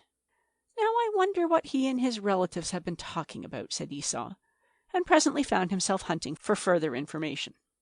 He discovered himself short of ready money. He was not the sort of man who keeps a big current account. So he drew on some reserves, declined some new journalistic work that offered, and set himself to pursue these unsuspected chances for the Maranthians that had dawned upon him in the middle of the night. He meditated upon Commandant Thomas Smith until that gentleman assumed something of a legendary quality in his memory. He chanced upon a paragraph in an evening paper, a not very conspicuous paragraph, referring to certain custom-house difficulties that had arisen with Marantha. "It's nothing," said Esau, after thrice reading the paragraph. "It's the sort of little hitch that might happen at any time." And the next day he had a visit from Commandant Thomas Smith. Common came through the folding doors between his bedroom and his living room to discover Commandant Smith standing near the window, pulling his red mustache and affecting to be unaware of the maps, sketches, and memoranda that littered the writing table. "Well?" said Commandant Smith. "Well?" said Esau. "Have you thought it over?" "As a problem, yes. A good deal." "As a personal problem?" "No, as a problem in the art of war." "That follows later. How about yourself?" "I'm an Auralian," said Esau, and took down his tobacco and pipe. Commandant Smith sat down. "Cigarette?" said Esau, and handed tobacco and papers. Commandant Smith reopened his attack. He developed his theory of the Auralian Empire with patient elaboration. "What I want to do," he said, "is to clear away this delusion of yours that you belong to this empire, or that it belongs to you in any sort of way whatever. This empire is a plutocratic officialdom, supported by constituencies of fools. You don't come in anywhere. You're a lodger. I don't suppose you even vote." "I didn't last election," admitted Esau. "The Liberals put up a Jew, and the Conservatives put up a railway barrister, and I don't like either sort." Commandant Smith claimed the point by a gesture. "All the same," said Esau, "I'm an Auralian." Commandant Smith restated his case. "I'm an Auralian," said Esau. "Now look here," said Smith, and meditated for a moment with his eye on the heap of maps. "You persist in thinking you are an Auralian. Very well. I will tell you now what everyone in Marantha believes, that your upper-class people here mean to pick a quarrel with us, wholly and solely to annex us, not with any friendly desire for unity, but simply that they may give us the benefit of that same tight system of exclusive class government, supported by a sham of party elections, that keeps everything here, schools, army, trade, in a state of such amazing efficiency. Well, we don't want those blessings. We've an old rascal as president, but anyhow we've got checks on him. On the whole, we don't do so badly. We think the Republican idea is something worth fighting for, and so we are getting ready to fight. I will tell you presently, in honest round figures, just what we count upon in men, material, and support. Of course, I shall give you no proofs. I shall just tell you. At present, they do not know that we are getting ready to fight. They do not know how we mean to fight. They know nothing of our resources and nothing of our temper. I don't believe that a single person in authority here has taken the trouble to mug these maps you have there for half an hour. They do not even know whom they will send against us." He paused. "Well?" said Esau. "Well," said Commandant Smith, "as you are so sure you are an Auralian, you are one of those who are going to make war upon us. Get ready to do it. Hunt up the whole question, study the game till you know it like your hand. When you know it all, tell 'em. Offer to help them anyhow. Volunteer. I know for a fact they are going to fight us with 40,000 men." Esau turned on him quickly. "They are, I tell you. You know better. Tell them it can't be done. You can do anything with 40,000 men. Not jimmies in bright blue bays under amateurs who think they are professionals and short of horses and guns. But that's beside the mark. I give you leave to play the loyal Aurelian for a year. Get to work. Try and set your country to make use of what you know and what you can do. Give yourself. Don't ask for pay. Well, and when the year is up, if Aurelia will have nothing of you—" "I will serve another year," said Esau Common. Commandant Smith made a movement of impatience. He turned in his chair, and his voice went up to the note of irritation. "Confound it!" he shouted. "Don't you see that all this is not loyalty to Aurelia? It's simply a stupid self-devotion to this privileged governing class. Do you think we should object to union if we might come in fair and equal? Not a bit of it. But we know they don't mean to bring us in fair and equal. They mean to walk over us and treat us as they treat you. Ha ha, soldiers and gentlemen, bossing everything, muddling everything, spoiling our railways, spoiling our trade, snubbing all our promise, breaking our hearts, with a few moneylenders here and there to help 'em. That's part of their pretty ways. They will insult any good white man who isn't and doesn't want to be rich. They will truckle to any nigger who understands 20%. Your colonies in Colombia wouldn't stand it. You wouldn't stand it if you hadn't to do so.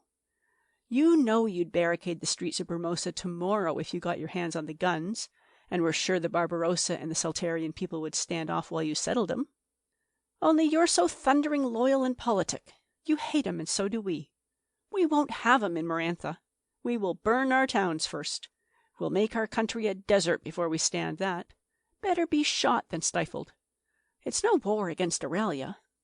It's a class war. Yes. And so was the revolt of your colonies in Colombia 100 years ago. They don't think it was now. They've jabbered the truth away. But the Colombia War of Independence was just a war against privilege, and so is this. And what a man of your class has to do on the side of privilege—" "I'm an Aurelian," said Esau. "You're a fool," said Smith, and drummed impatient fingers on the table. "Try that for a year, anyhow," said Smith. "I'll try it for 2, said Esau. "And then?" "Still Aurelian," said Common. Smith stood up. "Here is the address of an agent of mine," he said. "Whenever you want your passage to Marantha, he'll give it you." He hesitated with the card in his hand. "Even if the war has begun. Of course, this address at any rate is confidential." "Of course," said Esau. "But I shan't come for all that." "My dear man, your country will be licked into a cocked hat, and then it will hump its back and say no thank you to a man of your sort. They'll make a 9th-class kingdom like Portugal of this empire before they let your sort in. They'll put a Jew or a Gilchrist nigger in before they let you in. You're the uttermost foreigner. You're a lower middle-class Aurelian. And then ugh!" And Smith turned himself about to find his hat. So soon as Smith had left him, Esau set his brains to work to demonstrate his loyalty to the country that was his own. He had a vision of a great series of articles on the national military inefficiency that he would write, articles of such capable and pitiless demonstration that it would be impossible for any sane person to deny the necessity of reform, and of reform in the direction that he would indicate. Variorum copies of these articles still exist in manuscript. 3 even reached type. They were sent to prominent magazines. They went as letters to politicians. The burthen of them all was that the army was bad, officers ignorant and untrained, men ignorant and untrained, arms defective, staff defective, ill reading for Aurelian eyes. It became evident Esau was a pro-Maranthian. One scheme Esau proposed for the brigading of volunteers was adopted without acknowledgment in a mangled form by the War Office, and a well-connected colonel patented one of Esau's suggestions for transport vehicles. The rest of his criticism and proposals were as the voice of one whose head is in a sack. And meanwhile the slow interchange of diplomacy broadened that little issue between Marantha and Aurelia. That little difficulty of the custom house added to itself other difficulties, and still other difficulties, until the Marantha question had clambered from obscure corner paragraphs in the newspapers to the possession of a daily column, and until that column had shifted from position to position until it was the dominant column every day. Here the fragment ends. the impossibility of keeping up the tone of careless geniality dawned upon the author. H.G. Wells. End of The Loyalty of Esau Common. My first airplane. My first airplane! What vivid memories of youth that recalls! Far back it was, in the spring of 1912, that I acquired Aluda Magna, the great lark, for so I christened her. And I was then a slender young man of 24, with hair, beautiful blonde hair, all over my adventurous young head. I was a dashing young fellow enough, in spite of the slight visual defect that obliged me to wear spectacles on my prominent aquiline, but by no means shapeless nose, the typical flyer's nose. I was a good runner and swimmer, a vegetarian as ever, an all-wooler, and an ardent advocate of the extremist views in every direction about everything. Precious little in the way of a movement got started that I wasn't in. I owned 2 motor bicycles, and an enlarged photograph of me at that remote date, in leather skullcap, goggles, and gauntlets, still adorns my study fireplace. I was also a great flyer of war kites, and a voluntary scoutmaster of high repute. From the first beginnings of the boom in flying, therefore, I was naturally eager for the fray. I chafed against the tears of my widowed mother for a time, and at last told her I could endure it no longer. "If I'm not the first to fly in Mintonchester," I said, "I leave Mintonchester. I'm your own son, Mummy, and that's me." And it didn't take me a week to place my order when she agreed. I found one of the old price lists the other day in a drawer, full of queer woodcuts of still queerer contrivances. What a time that was! An incredulous world had at last consented to believe that it could fly, and in addition to the motor-car people, and the bicycle people, and so on, 100 new, unheard-of firms were turning out airplanes of every size and pattern to meet the demand. Amazing prices they got for them, too. 350 was cheap for the things. I find 450, 500 guineas in this list of mine, and many as capable of flight as oak trees. They were sold, too, without any sort of guarantee, and with the merest apology for instruction. Some of the early airplane companies paid nearly 200% on their ordinary shares in those early years. How well I remember the dreams I had, and the doubts. The dreams were all of wonder in the air. I saw myself rising gracefully from my mother's paddock, clearing the hedge at the end, circling up to get over the Vicar's pear trees, and away between the church steeple and the rise of Withycombe, towards the marketplace. Lord, how they would stare to see me. "Young Mr. Betts again," they would say. "We knew he'd do it." I would circle and perhaps wave a handkerchief, and then I meant to go over Lupton's Gardens to the grounds of Sir Digby Foster. There a certain fair denizens might glance from the window.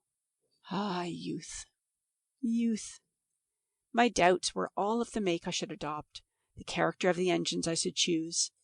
I remember my wild rush on my motor bike to London, to see the things and give my order, the day of muddy traffic dodging as I went from one shop to another, my growing exasperation at hearing everywhere the same refrain: "Sold out. Can't undertake to deliver before the beginning of April." Not me.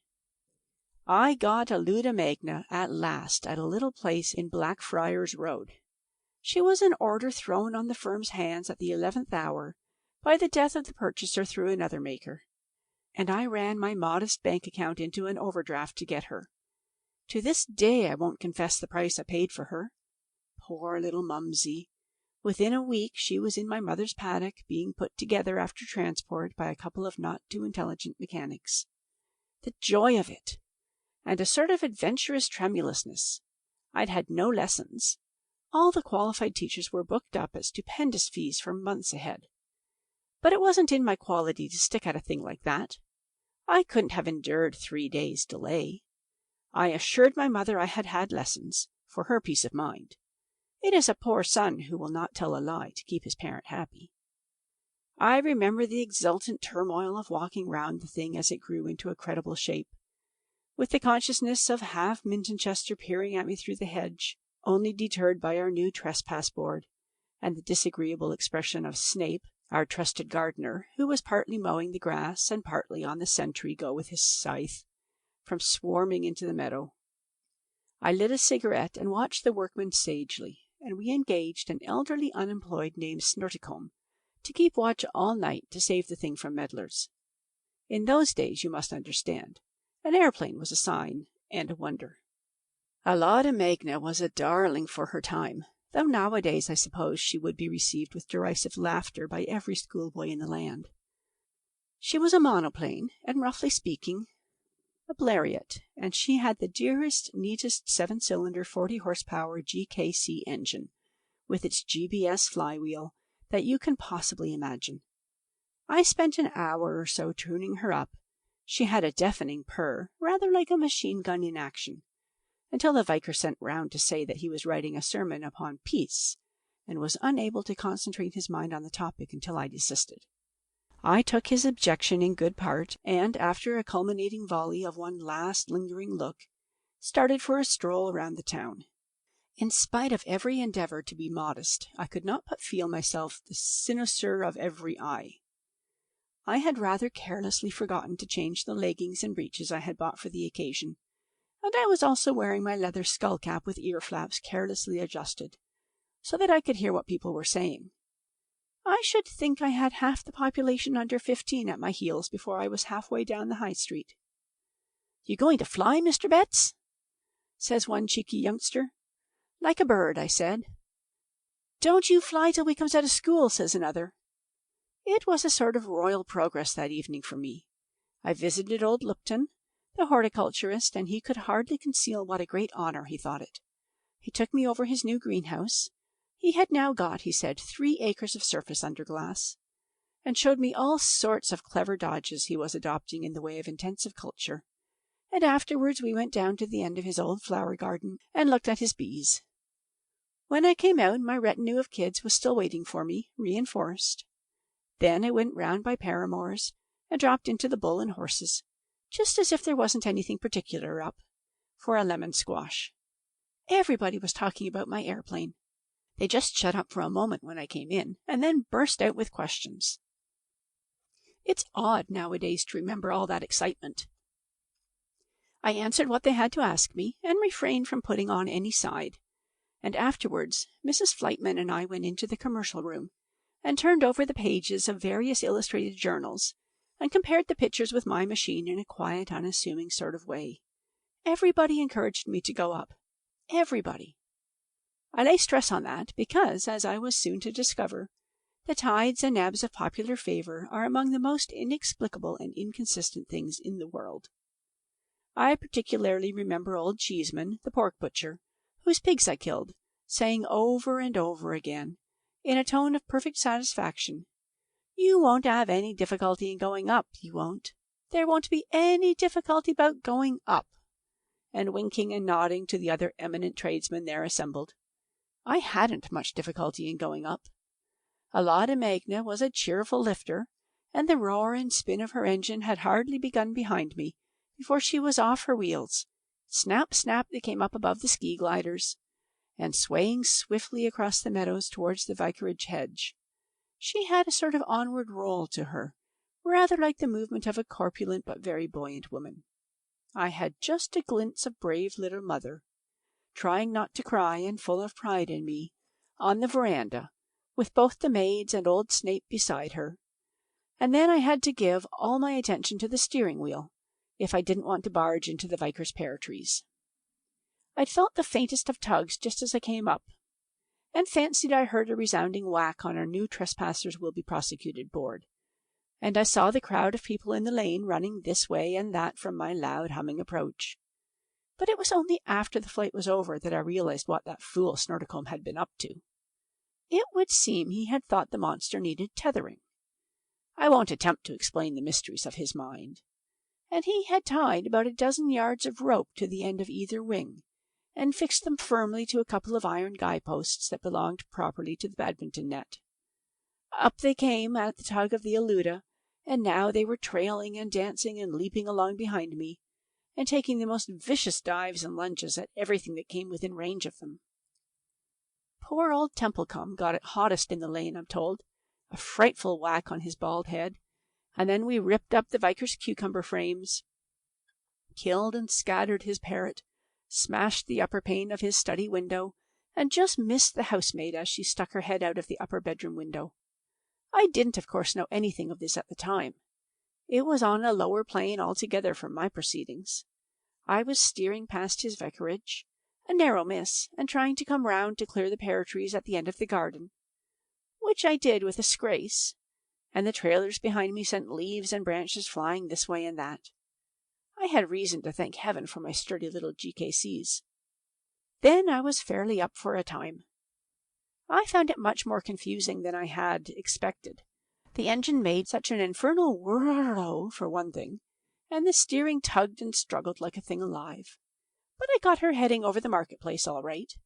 We buzzed over Stunts the greengrocer's, and my trailers hopped up his back premises and made a sanguinary mess of the tiles on his roof, and sent an avalanche of broken chimney pot into the crowded street below. Then the thing dipped. I suppose one of the guideposts tried to anchor for a second in Stunt's rafters, and I had the hardest job to clear the bull and horse stables. I didn't, as a matter of fact, completely clear them. The ski-like alighting runners touched the ridge for a moment, and the left wing bent against the top of the chimney stack and floundered over it in an awkward, destructive manner. I'm told that my trailers whirled about the crowded marketplace in the most diabolical fashion, as I dipped and recovered, but I'm inclined to think all this part of the story has been greatly exaggerated. Nobody was killed, and I couldn't have been half a minute from the time I appeared over Stunts to the time when I slid off the stable roof and in among Lupton's glass. If people had taken reasonable care of themselves instead of gaping at me, they wouldn't have got hurt. I had enough to do without pointing out to people that they were likely to be hit by an iron guidepost which had seen fit to follow me. If anyone ought to have warned them, it was that fool Snorticum. Indeed, what with the incalculable damage done to the left wing, and one of the cylinders getting out of rhythm and making an ominous catch in the whir, I was busy enough for anything on my own private personal account.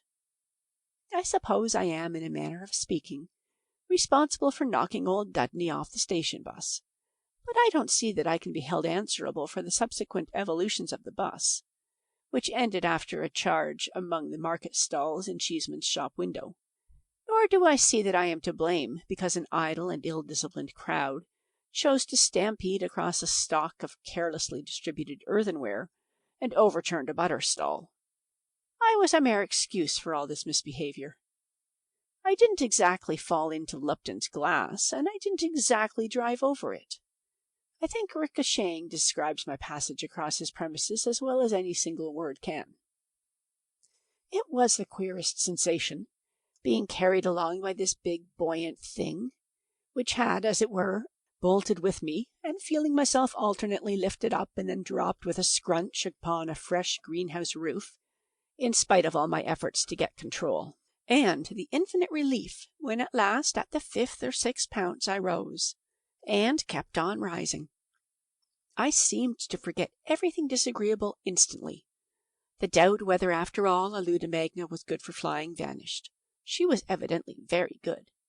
We whirred over the wall at the end with my trailers still bumping behind, and beyond one of them hitting a cow which died the next day. I don't think I did the slightest damage to anything or anybody, all across the breadth of Cheeseman's Meadow. Then I began to rise, steadily but surely, and getting the thing well in hand, came swooping round over the piggeries to give Mintonchester a second taste of my quality. I meant to go up in a spiral until I was clear of all the trees and things, and circle about the church spire.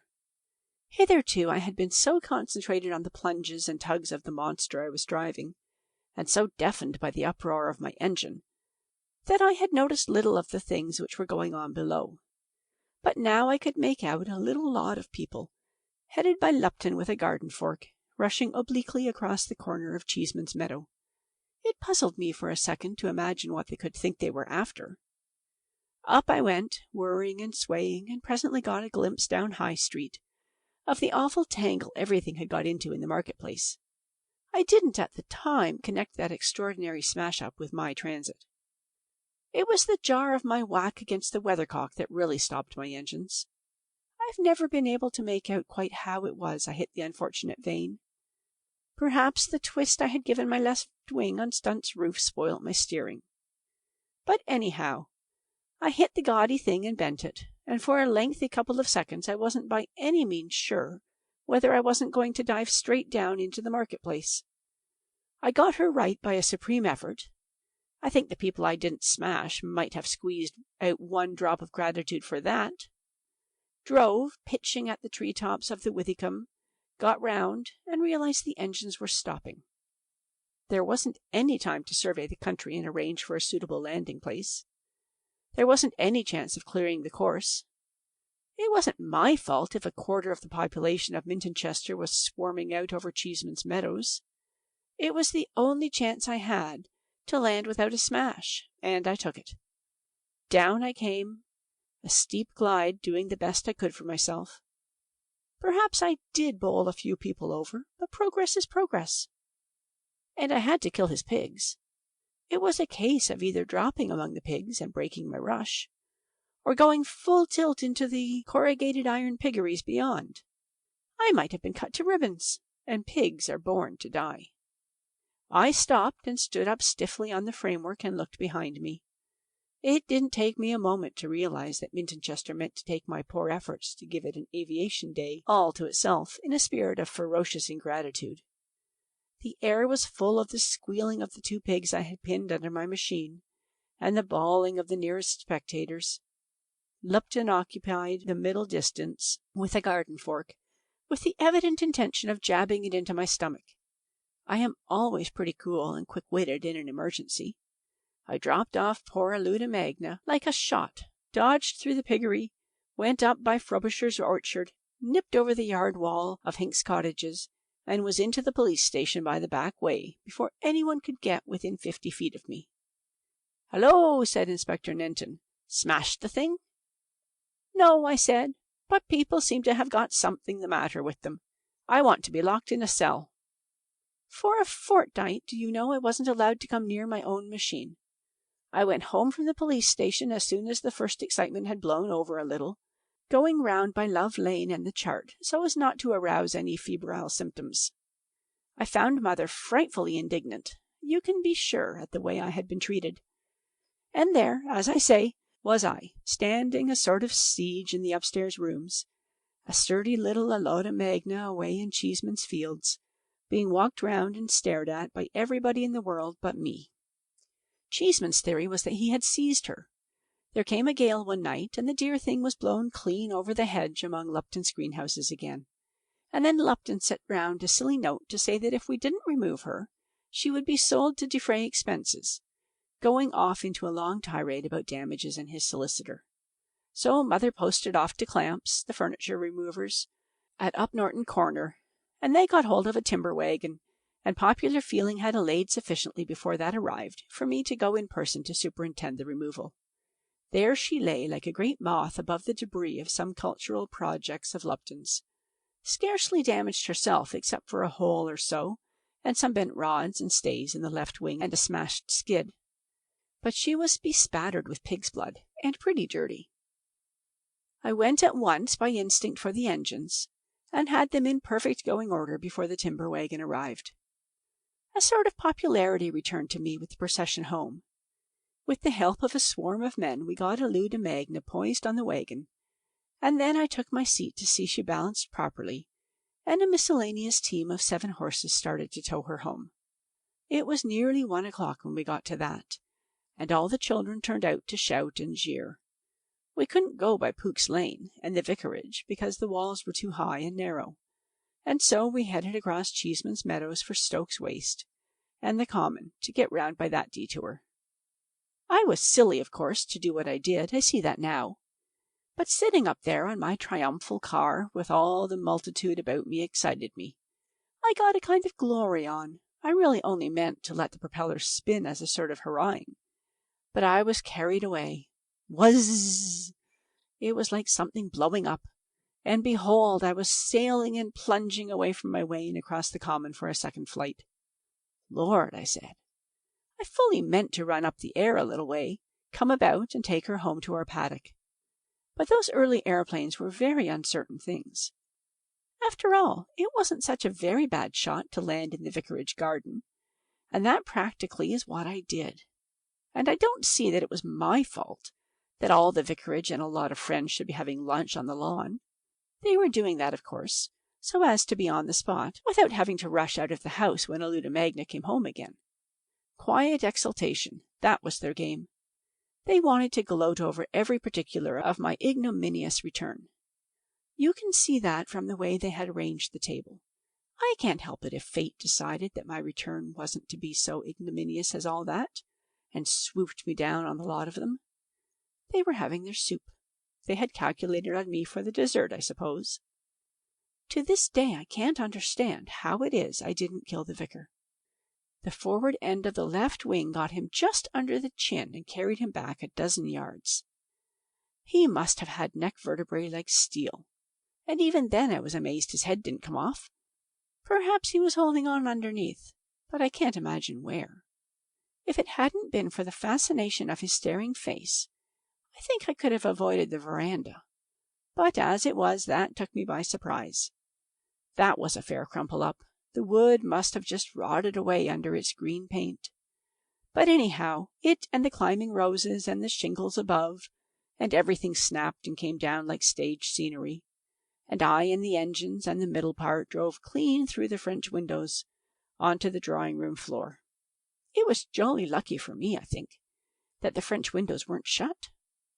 There's no unpleasanter way of getting hurt in the world than flying suddenly through thin window glass. And I think I ought to know. There was a frightful jobation, but the vicar was out of action. That was one good thing. Those deep, sonorous sentences. But perhaps they would have calmed things. That was the end of Aluda Magna, my first airplane. I never even troubled to take her away. I hadn't the heart to. And then the storm burst. The idea seems to have been to make Mother and me pay for everything that had ever tumbled down or got broken in Mintonchester since the beginning of things. Oh, and for any animal that had ever died a sudden death in the memory of the oldest inhabitant. The tariff ruled high, too. Cows were 25 to 30 pounds and upward, pigs about £1 each, with no reduction for killing a quantity. Verandas were steady at 45 guineas.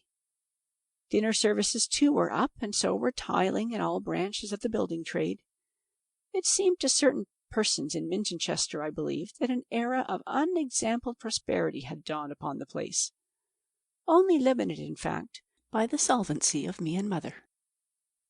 The vicar tried the old sold to defray expenses racket, but I told him he might sell. I pleaded defective machinery, and the hand of God, did my best to shift the responsibility onto the firm in Blackfriars Road, and, as an additional precaution, filed my petition for bankruptcy. I really hadn't any property in the world, thanks to Mother's goodness, except my 2 motor bicycles, which the roots took, my photographic darkroom, and a lot of bound books on aeronautics and progress generally. Mother, of course, wasn't responsible. She hadn't lifted a wing. Well, for all that, disagreeables piled up so heavily on me, what with being shouted after by a ragtag and bobtail of schoolboys and golf caddies and hobbledehoys, when I went out of doors, threatened with personal violence by stupid people like old Lupton, who wouldn't understand that a man can't pay what he hasn't got, pestered by the wives of various gentlemen who saw fit to become out of works, on the strength of alleged injuries, and served with all sorts of silly summonses for all sorts of fancy offences, such as mischievous mischief, and manslaughter, and wilful damage, and trespass, that I simply had to go away from Mintonchester to Italy, and leave poor little Mother to manage them in her own solid, undemonstrative way, which she did, I must admit, like a brick. They didn't get much out of her, anyhow, but she had to break up our little home at Mintonchester and join me in Arosa, in spite of her dislike of Italian cooking. She found me already a bit of a celebrity, because I had made a record, so it seemed, by falling down 3 separate crevices on 3 successive days. But that's another story altogether. From start to finish, I reckon that first airplane cost my mother over £900. If I hadn't put my foot down, and she had stuck to her original intention of paying all the damage, it would have cost her £3,000. But it was worth it. It was worth it. I wish I could live it all over again. And many an old codger like me sits at home now and deplores those happy, vanished, adventurous times, when any lad of spirit was free to fly, and go anywhere, and smash anything, and discuss the question afterwards of just what the damages amounted to and what his legal liability might be. End of My First Airplane.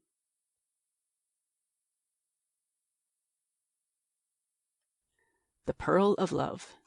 The pearl is lovelier than the most brilliant of crystalline stones, the moralist declares, because it is made through the suffering of a living creature. About that I can say nothing, because I feel none of the fascination of pearls. Their cloudy luster moves me not at all. Nor can I decide for myself upon that age-long dispute whether the pearl of love is the cruelest of stories, or only a gracious fable of the immortality of beauty. Both the story and the controversy will be familiar to students of medieval Persian prose. The story is a short one, though the commentary upon it is a respectable part of the literature of that period. They have treated it as a poetic invention, and they have treated it as an allegory meaning this, that, or the other thing. Theologians have had their copious way with it, dealing with it particularly as concerning the restoration of the body after death, and it has been greatly used as a parable by those who write about aesthetics. And many have held it to be the statement of a fact, simply and baldly true. The story is laid in North India, which is the most fruitful soil for sublime love stories of all the lands in the world. It was in a country of sunshine and lakes and rich forests and hills and fertile valleys, and far away the great mountains hung in the sky, peaks, crests, and ridges of inaccessible and eternal snow. There was a young prince, lord of all the land, and he found a maiden of indescribable beauty and delightfulness, and he made her his queen and laid his heart at her feet. Love was theirs, full of joys and sweetness, full of hope, exquisite, brave, and marvelous love. Beyond anything you have ever dreamt of love.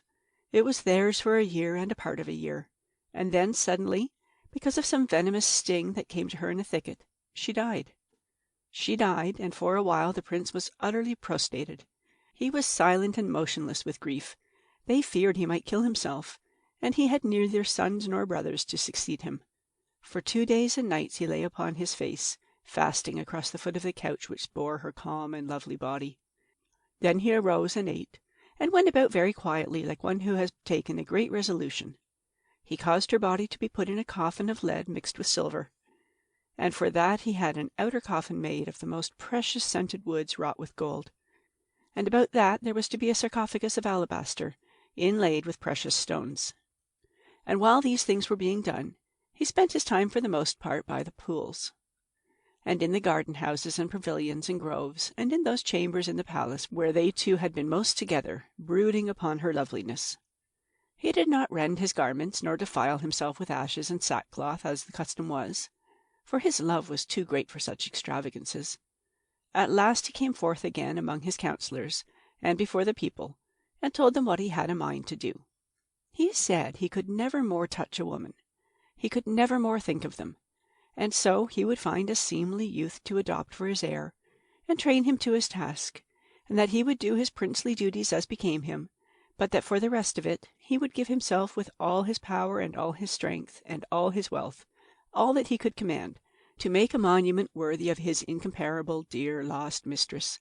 A building it should be of perfect grace and beauty, more marvelous than any other building had ever been or could ever be, so that to the end of time it should be a wonder, and men would treasure it and speak of it and desire to see it, and come from all the lands of the earth to visit it, and recall the name and the memory of his queen.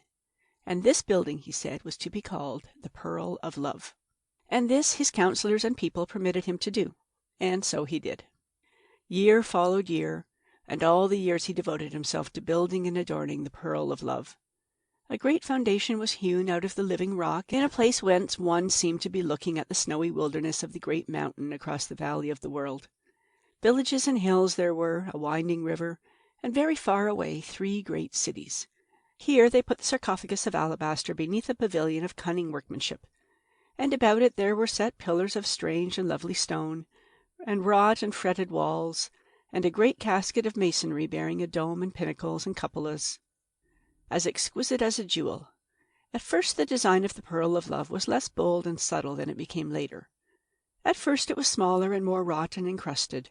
There were many pierced screens and delicate clusters of rosy-hued pillars, and the sarcophagus lay like a child that sleeps among flowers. The first dome was covered with green tiles, framed and held together by silver. But this was taken away again because it seemed close, because it did not soar grandly enough for the broadening imagination of the prince. For by this time he was no longer the graceful youth who had loved the girl queen. He was now a man, grave and intent, wholly set upon the building of the Pearl of Love. With every year of effort he had learnt new possibilities in arch and wall and buttress. He had acquired greater power over the material he had to use, and he had learnt of 100 stones and hues and effects that he could never have thought of in the beginning. His sense of colour had grown finer and colder. He cared no more for the enamelled, gold-lined brightness that had pleased him first, the brightness of an illuminated missal. He sought now for the blue colourings like the sky, and for the subtle hues of great distances, for recondite shadows and sudden broad floods of purple opalescence, and for grandeur and space. He wearied altogether of carvings and pictures and inlaid ornamentation, and all the little careful work of men. Those were pretty things, he said of his earlier decorations, and had them put aside into subordinate buildings, where they would not hamper his main design. Greater and greater grew his artistry. With awe and amazement the people saw the Pearl of Love sweeping up from its first beginnings to a superhuman breadth and height and magnificence. They did not know clearly what they had expected, but never had they expected so sublime a thing as this. "Wonderful are the miracles," they whispered, "that love can do." And all the women in the world, whatever the other loves they had, loved the prince for the splendor of his devotion. Through the middle of the building ran a great aisle, a vista, that the prince came to care for more and more. From the inner entrance of the building he looked along the length of an immense pillared gallery, and across the central area from which the rose-hued columns had long since vanished, over the top of the pavilion under which lay the sarcophagus, through a marvellously designed opening, to the snowy wildernesses of the great mountain, the lord of all mountains, 200 miles away. The pillars and arches and buttresses and galleries soared and floated on either side, perfect yet unobtrusive, like great archangels waiting in the shadows about the presence of God. When men saw that austere beauty for the first time, they were exalted, and then they shivered and their hearts bowed down. Very often would the prince come to stand there and look at that vista, deeply moved and not yet fully satisfied. The Pearl of Love had still something for him to do, he felt, before his task was done. Always he would order some little alteration to be made, or some recent alteration to be put back again. And one day he said that the sarcophagus would be clearer and simpler without the pavilion, and after regarding it very steadfastly for a long time, he had the pavilion dismantled and removed. The next day he came and said nothing, and the next day, and the next. Then for 2 days he stayed away altogether. Then he returned, bringing with him an architect and 2 master craftsmen and a small retinue. All looked, standing together silently in a little group, amidst the serene vastness of their achievement. No trace of toil remained in its perfection. It was as if the god of nature's beauty had taken over their offspring to himself. Only one thing there was to mar the absolute harmony. There was a certain disproportion about the sarcophagus. It had never been enlarged, and indeed, how could it have been enlarged, since the early days? It challenged the eye, it nicked the streaming lines. In that sarcophagus was the casket of lead and silver, and in the casket of lead and silver was the queen, the dear immortal cause of all this beauty. But now that sarcophagus seemed no more than a little dark oblong that lay incongruously in the great vista of the Pearl of Love. It was as if someone had dropped a small valise upon the crystal sea of heaven. Long the prince mused, but no one knew the thoughts that passed through his mind. At last he spoke. He pointed. "Take that thing away," he said. End of the Pearl of Love.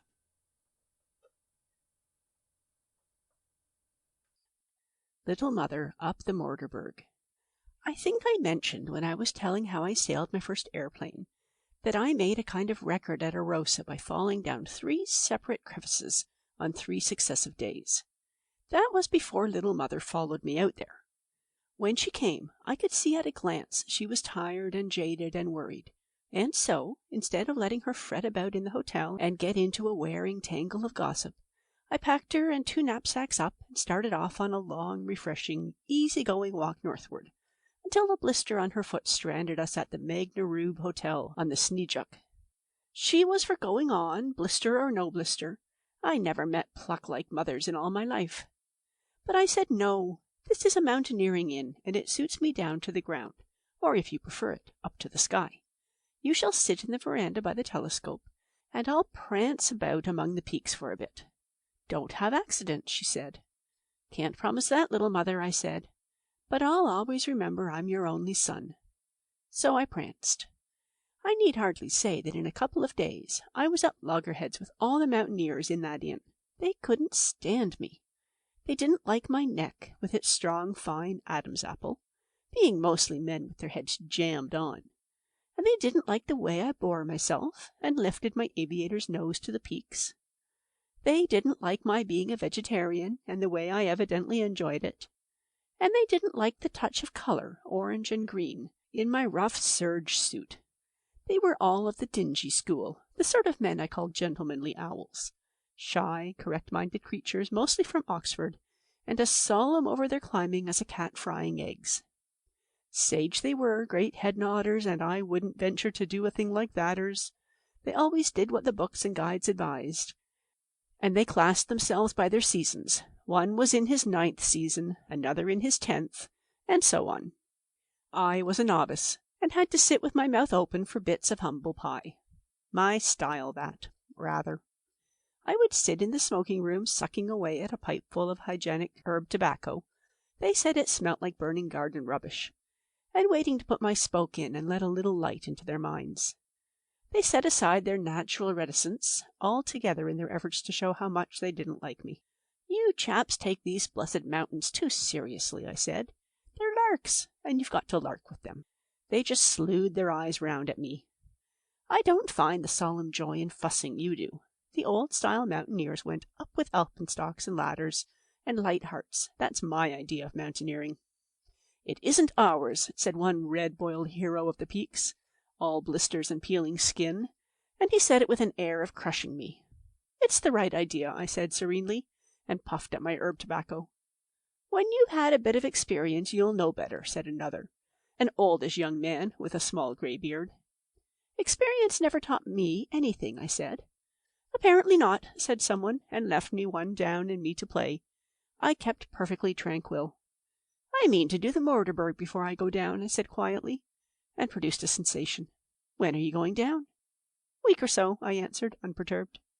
It's not the climb a man ought to attempt in his first year, said the peeling gentleman. You, particularly, ought not to try it, said another. No guide will go with you. Foolhardy idea. Mere brag. Like to see him do it. I just let them boil for a bit, and when they were back to the simmer I dropped in pensively, with, Very likely I'll take that little mother of mine. She's small, bless her, but she's as hard as nails. But they saw they were being drawn by my ill-concealed smile, and this time they contented themselves with a few grunts and grunt-like remarks, and then broke up into little conversations in undertones that pointedly excluded me. It had the effect of hardening my purpose. I'm a stiff man when I'm put on my mettle, and I determined that the little mother should go up the Mortarberg, where half these solemn experts hadn't been, even if I had to be killed or orphaned in the attempt. So I spoke to her about it the next day. She was in a deck chair on the veranda, wrapped up in rugs and looking at the peaks. Comfy, I said. Very, she said. Getting rested? It's so nice. I strolled to the rail of the veranda. See that peak there, Mummy? She nodded happily with eyes half shut. That's the Mortarberg. You and me have got to be up there the day after tomorrow. Her eyes opened a bit. Wouldn't it be rather a climb, dearest? She said. I'll manage that all right, I said, and she smiled consentingly and closed her eyes. So long as you manage it, she said. I went down the valley that afternoon to Daxdam to get gear and guides and porters, and I spent the next day in glacier and rock practice above the hotel. That didn't add to my popularity. I made 2 little slips. One took me down a crevice. I've an extraordinary knack of going down crevices. And a party of 3 which was starting for the Kinderspitz spent an hour and a half fishing me out. and the other led to my dropping my ice axe on a little string of people going for the Humpi Glacier. It didn't go within 30 inches of anyone, but you might have thought from the row they made that I had knocked out the collective brains of the party. Quite frightful language they used, and 3 ladies with them, too. The next day there was something very like an organized attempt to prevent our start. They brought out the landlord, they remonstrated with Mother, they did their best to blacken the character of my 2 guides. The landlord's brother had a first-class row with them. 2 years ago, he said, they lost their hair. No particular reason, I said, why you shouldn't keep yours on, is it? That settled him. He wasn't up to a polyglot pun, and it stuck in his mind like a fishbone in the throat. Then the peeling gentleman came along and tried to overhaul our equipment. Have you got this, it was, and have you got that? 2 things, I said, looking at his nose pretty hard. We haven't forgotten. One's blue veils, and the other Vaseline. I've still a bright little memory of the start. There was the pass a couple of 100 feet or so below the hotel, and the hotel, all name and windows, standing out in a great desolate rocky place against the lumpy masses of streaky green rock, flecked here and there with patches of snow and dark shelves of rhododendron, and rising perhaps 1,000 feet towards the western spur of the massif. Our path ran before us, meandering among the boulders down to stepping stones over a rivulet, and then upward on the other side of the stream towards the Manganaroo Glacier, where we had to go up the rocks to the left and then across the icefall to shelves on the precipitous face on the west side. It was dawn. The sun still had to rise, and everything looked very cold and blue and vast about us. Everyone in the hotel had turned out to bear a hand in the row. Some of the déhabillés were disgraceful, and now they stood in a silent group watching us recede. The last word I caught was, "They'll have to come back." "We'll come back all right," I answered, "never fear." And so we went our way, cool and deliberate, over the stream and up towards the steep snowfields and icy shoulder of the Mortarberg. I remember that we went in absolute silence for a time, and then how suddenly the landscape gladdened with sunrise, and in an instant, as if speech had thawed, all our tongues were babbling. I had 1 or 2 things in the baggage that I hadn't cared for the people at the inn to see, and I made no effort to explain why I had 5 porters with the load of 2.5. But when we came to the icefall, I showed my hand a little, and unslung a stout twine hammock for the mater. We put her in this with a rug round her, and sewed her in with a few stitches. Then we roped up in line, with me last but one, and a guide front and rear, and Mummy in the middle, carried by 2 of the porters. I stuck my alpenstock through 2 holes I had made in the shoulders of my jacket, under my rucksack, T-shaped to my body, so that when I went down a crevasse, as I did ever and again, I just stuck in its jaws and came up easy as the rope grew taut. And so, except for 1 or 2 bumps that made the mater chuckle, we got over without misadventure. Then came the rock climb on the other side, requiring much judgment. We had to get from ledge to ledge as opportunity offered, and here the little mother was a perfect godsend. We unpacked her after we had slung her over the big fissure. I forget what you call it, that always comes between glacier and rock. And whenever we came to a bit of ledge within 8 feet of the one we were working along, the 2 guides took her and slung her up, she being so light, and then she was able to give a foot for the next man to hold by and hoist himself. She said we were all pulling her leg, and that made her and me laugh so much that the whole party had to wait for us. It was pretty tiring altogether doing that bit of a climb. 2 hours we had of it before we got to the loose masses of rock at the top of the arête. "It's worse going down," said the elder guide. I looked back for the first time, and I confess it did make me feel a bit giddy. There was the glacier looking quite petty, with the black gash between itself and the rocks. For a time it was pretty fair going up the rocky edge of the arête, and nothing happened of any importance, except that one of the porters took to grousing because he was hit on the shin by a stone I dislodged. "Fortunes of war," I said. But he didn't seem to see it, and when I just missed him with a second, he broke out into a long, whining discourse in what I suppose he thought was German. I couldn't make head or tail of it. "He says you might have killed him," said the little mother. "They say," I quoted. "What they say? Let them say." I was for stopping and filling him up with a feed, but the elder guide wouldn't have it. We had already lost time, he said, and the traverse round the other face of the mountain would be more and more subject to avalanches as the sun got up. So we went on. As we went round the corner to the other face, I turned towards the hotel. It was the meanest little oblong spot by now, and made a derisive gesture or so for the benefit of anyone at the telescope. We did get one rock avalanche that reduced the hindmost guide to audible prayer, but nothing hit us except a few bits of snow. The rest of the fall was a couple of yards and more out from us. We were on rock just then and overhung. Before and afterwards we were edging along steps in an ice slope cut by the foremost guide and touched up by the porters. The avalanche was much more impressive before it came in sight, banging and thundering overhead, and it made a tremendous uproar in the blue deeps beneath. But in actual transit it seemed a mean show, mostly of stones smaller than I am. "All right," said the guide. "Toned up," I answered. "I suppose it is safe, dear?" asked the little mother. "Safe as Trafalgar Square," I said. "Hop along, mummykins." Which she did with remarkable agility. The traverse took us on to old snow at last, and here we could rest for lunch. And pretty glad we were both of lunch and rest. But here the trouble with the guides and porters thickened.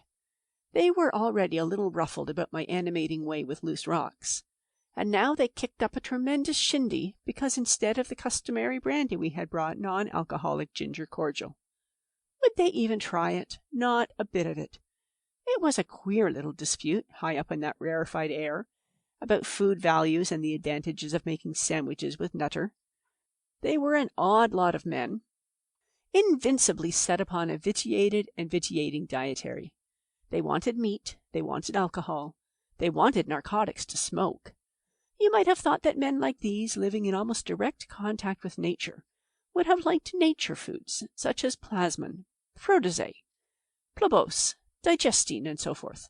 Not them. They just craved for corruption. When I spoke of drinking pure water, one of the porters spat in a marked symbolic manner over the precipice. From that point onward, discontent prevailed. We started again about 11:30 after a vain attempt on the part of the head guide to induce us to turn back. We had now come to what is generally the most difficult part of the Mortarberg ascent, the edge that leads up to the snowfield below the crest.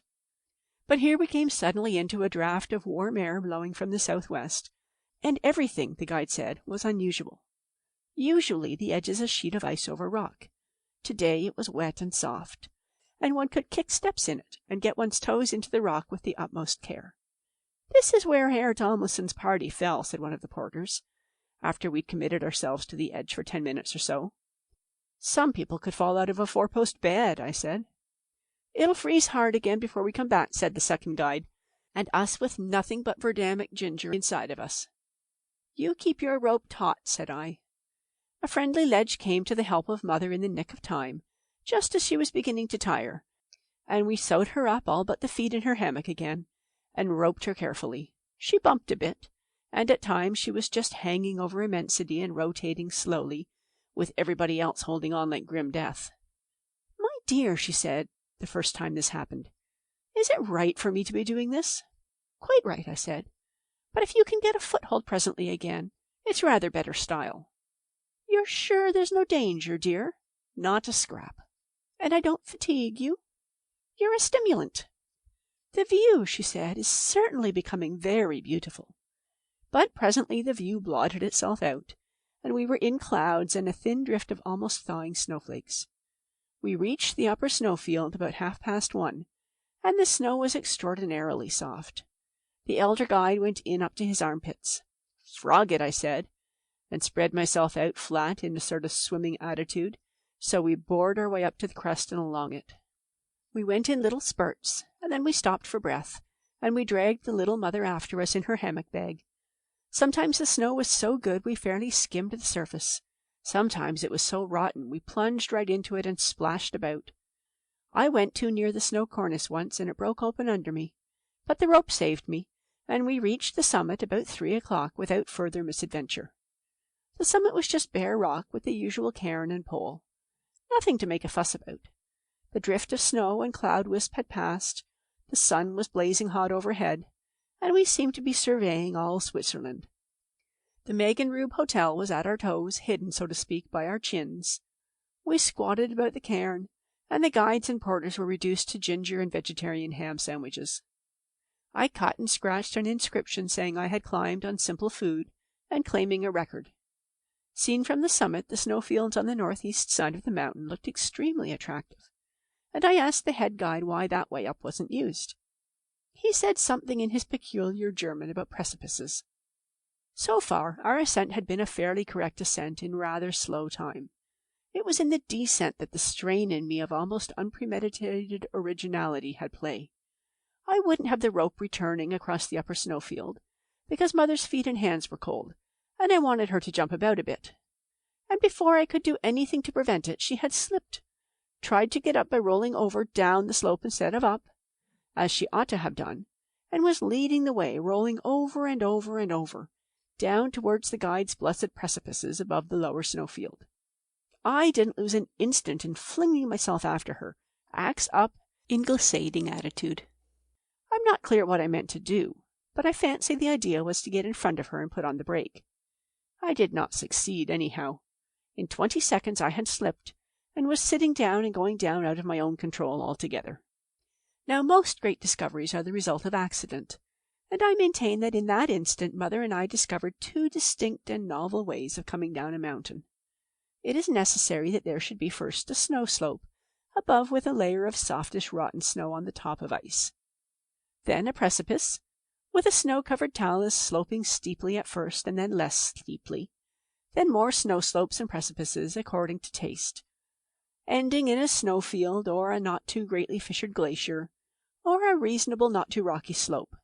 Then it all becomes as easy as shooting the chutes. Mother hit on the sideways method. She rolled. With the snow in the adhesive state it had got into, she had made the jolliest little snowball of herself in half a minute, and the nucleus of as clean and abundant a snow avalanche as anyone could wish. There was plenty of snow going in front of her, and that's the very essence of both our methods.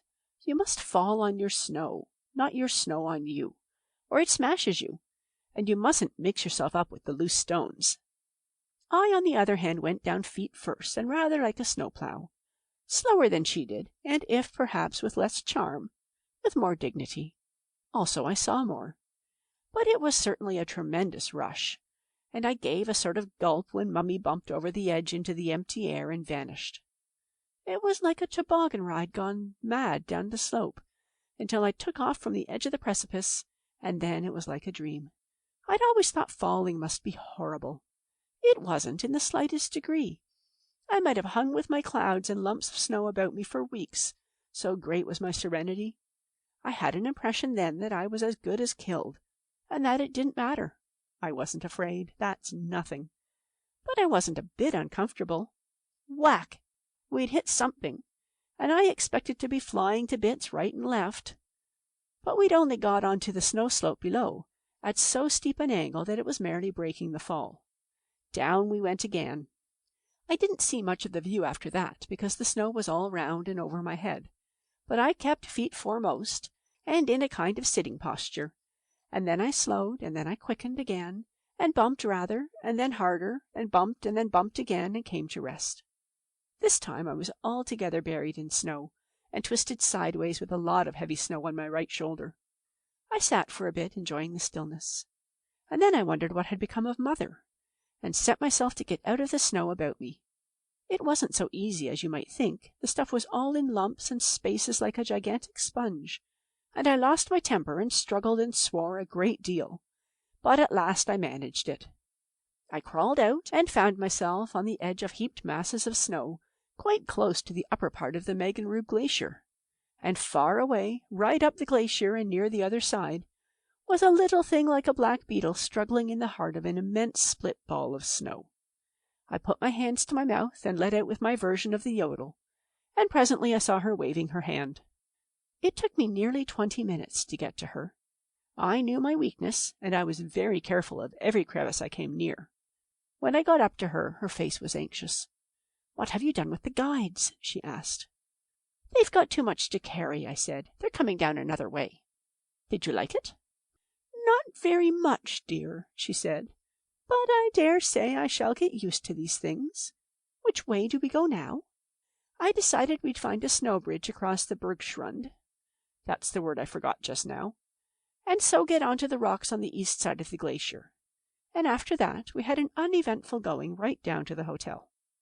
Our return evoked such a strain of hostility and envy as I have never met before or since. First, they tried to make out we'd never been to the top at all, but Mother's little proud voice settled that sort of insult. And besides, there was the evidence of the guides and the porters following us down. When they asked about the guides, "They're following your methods," I said, "and I suppose they'll get back here tomorrow morning somewhen." That didn't please them. I claimed a record. They said my methods were illegitimate. "If I see fit," I said, "to use an avalanche to get back by, what's that to you? You tell me and Mother can't do the confounded mountain anyhow, and when we do, you want to invent a lot of rules to disqualify us. You'll say next one mustn't glissade. I've made a record, and you know I've made a record, and you're about as sour as you can be. The fact of it is, you chaps don't know your own silly business. Here's a good, quick way of coming down a mountain, and you ought to know about it. The chance that both of you are not killed was 1 in 1,000. Nonsense! It's the proper way to come down for anyone who hasn't a hide-bound mind. You chaps ought to practice falling great heights in snow. It's perfectly easy and perfectly safe, if only you know how to set about it." "Look here, young man," said the oldish young man with the little gray beard. "You don't seem to understand that you and that lady have been saved by a kind of miracle." "Theory," I interrupted. "I'm surprised you fellows ever come to Switzerland.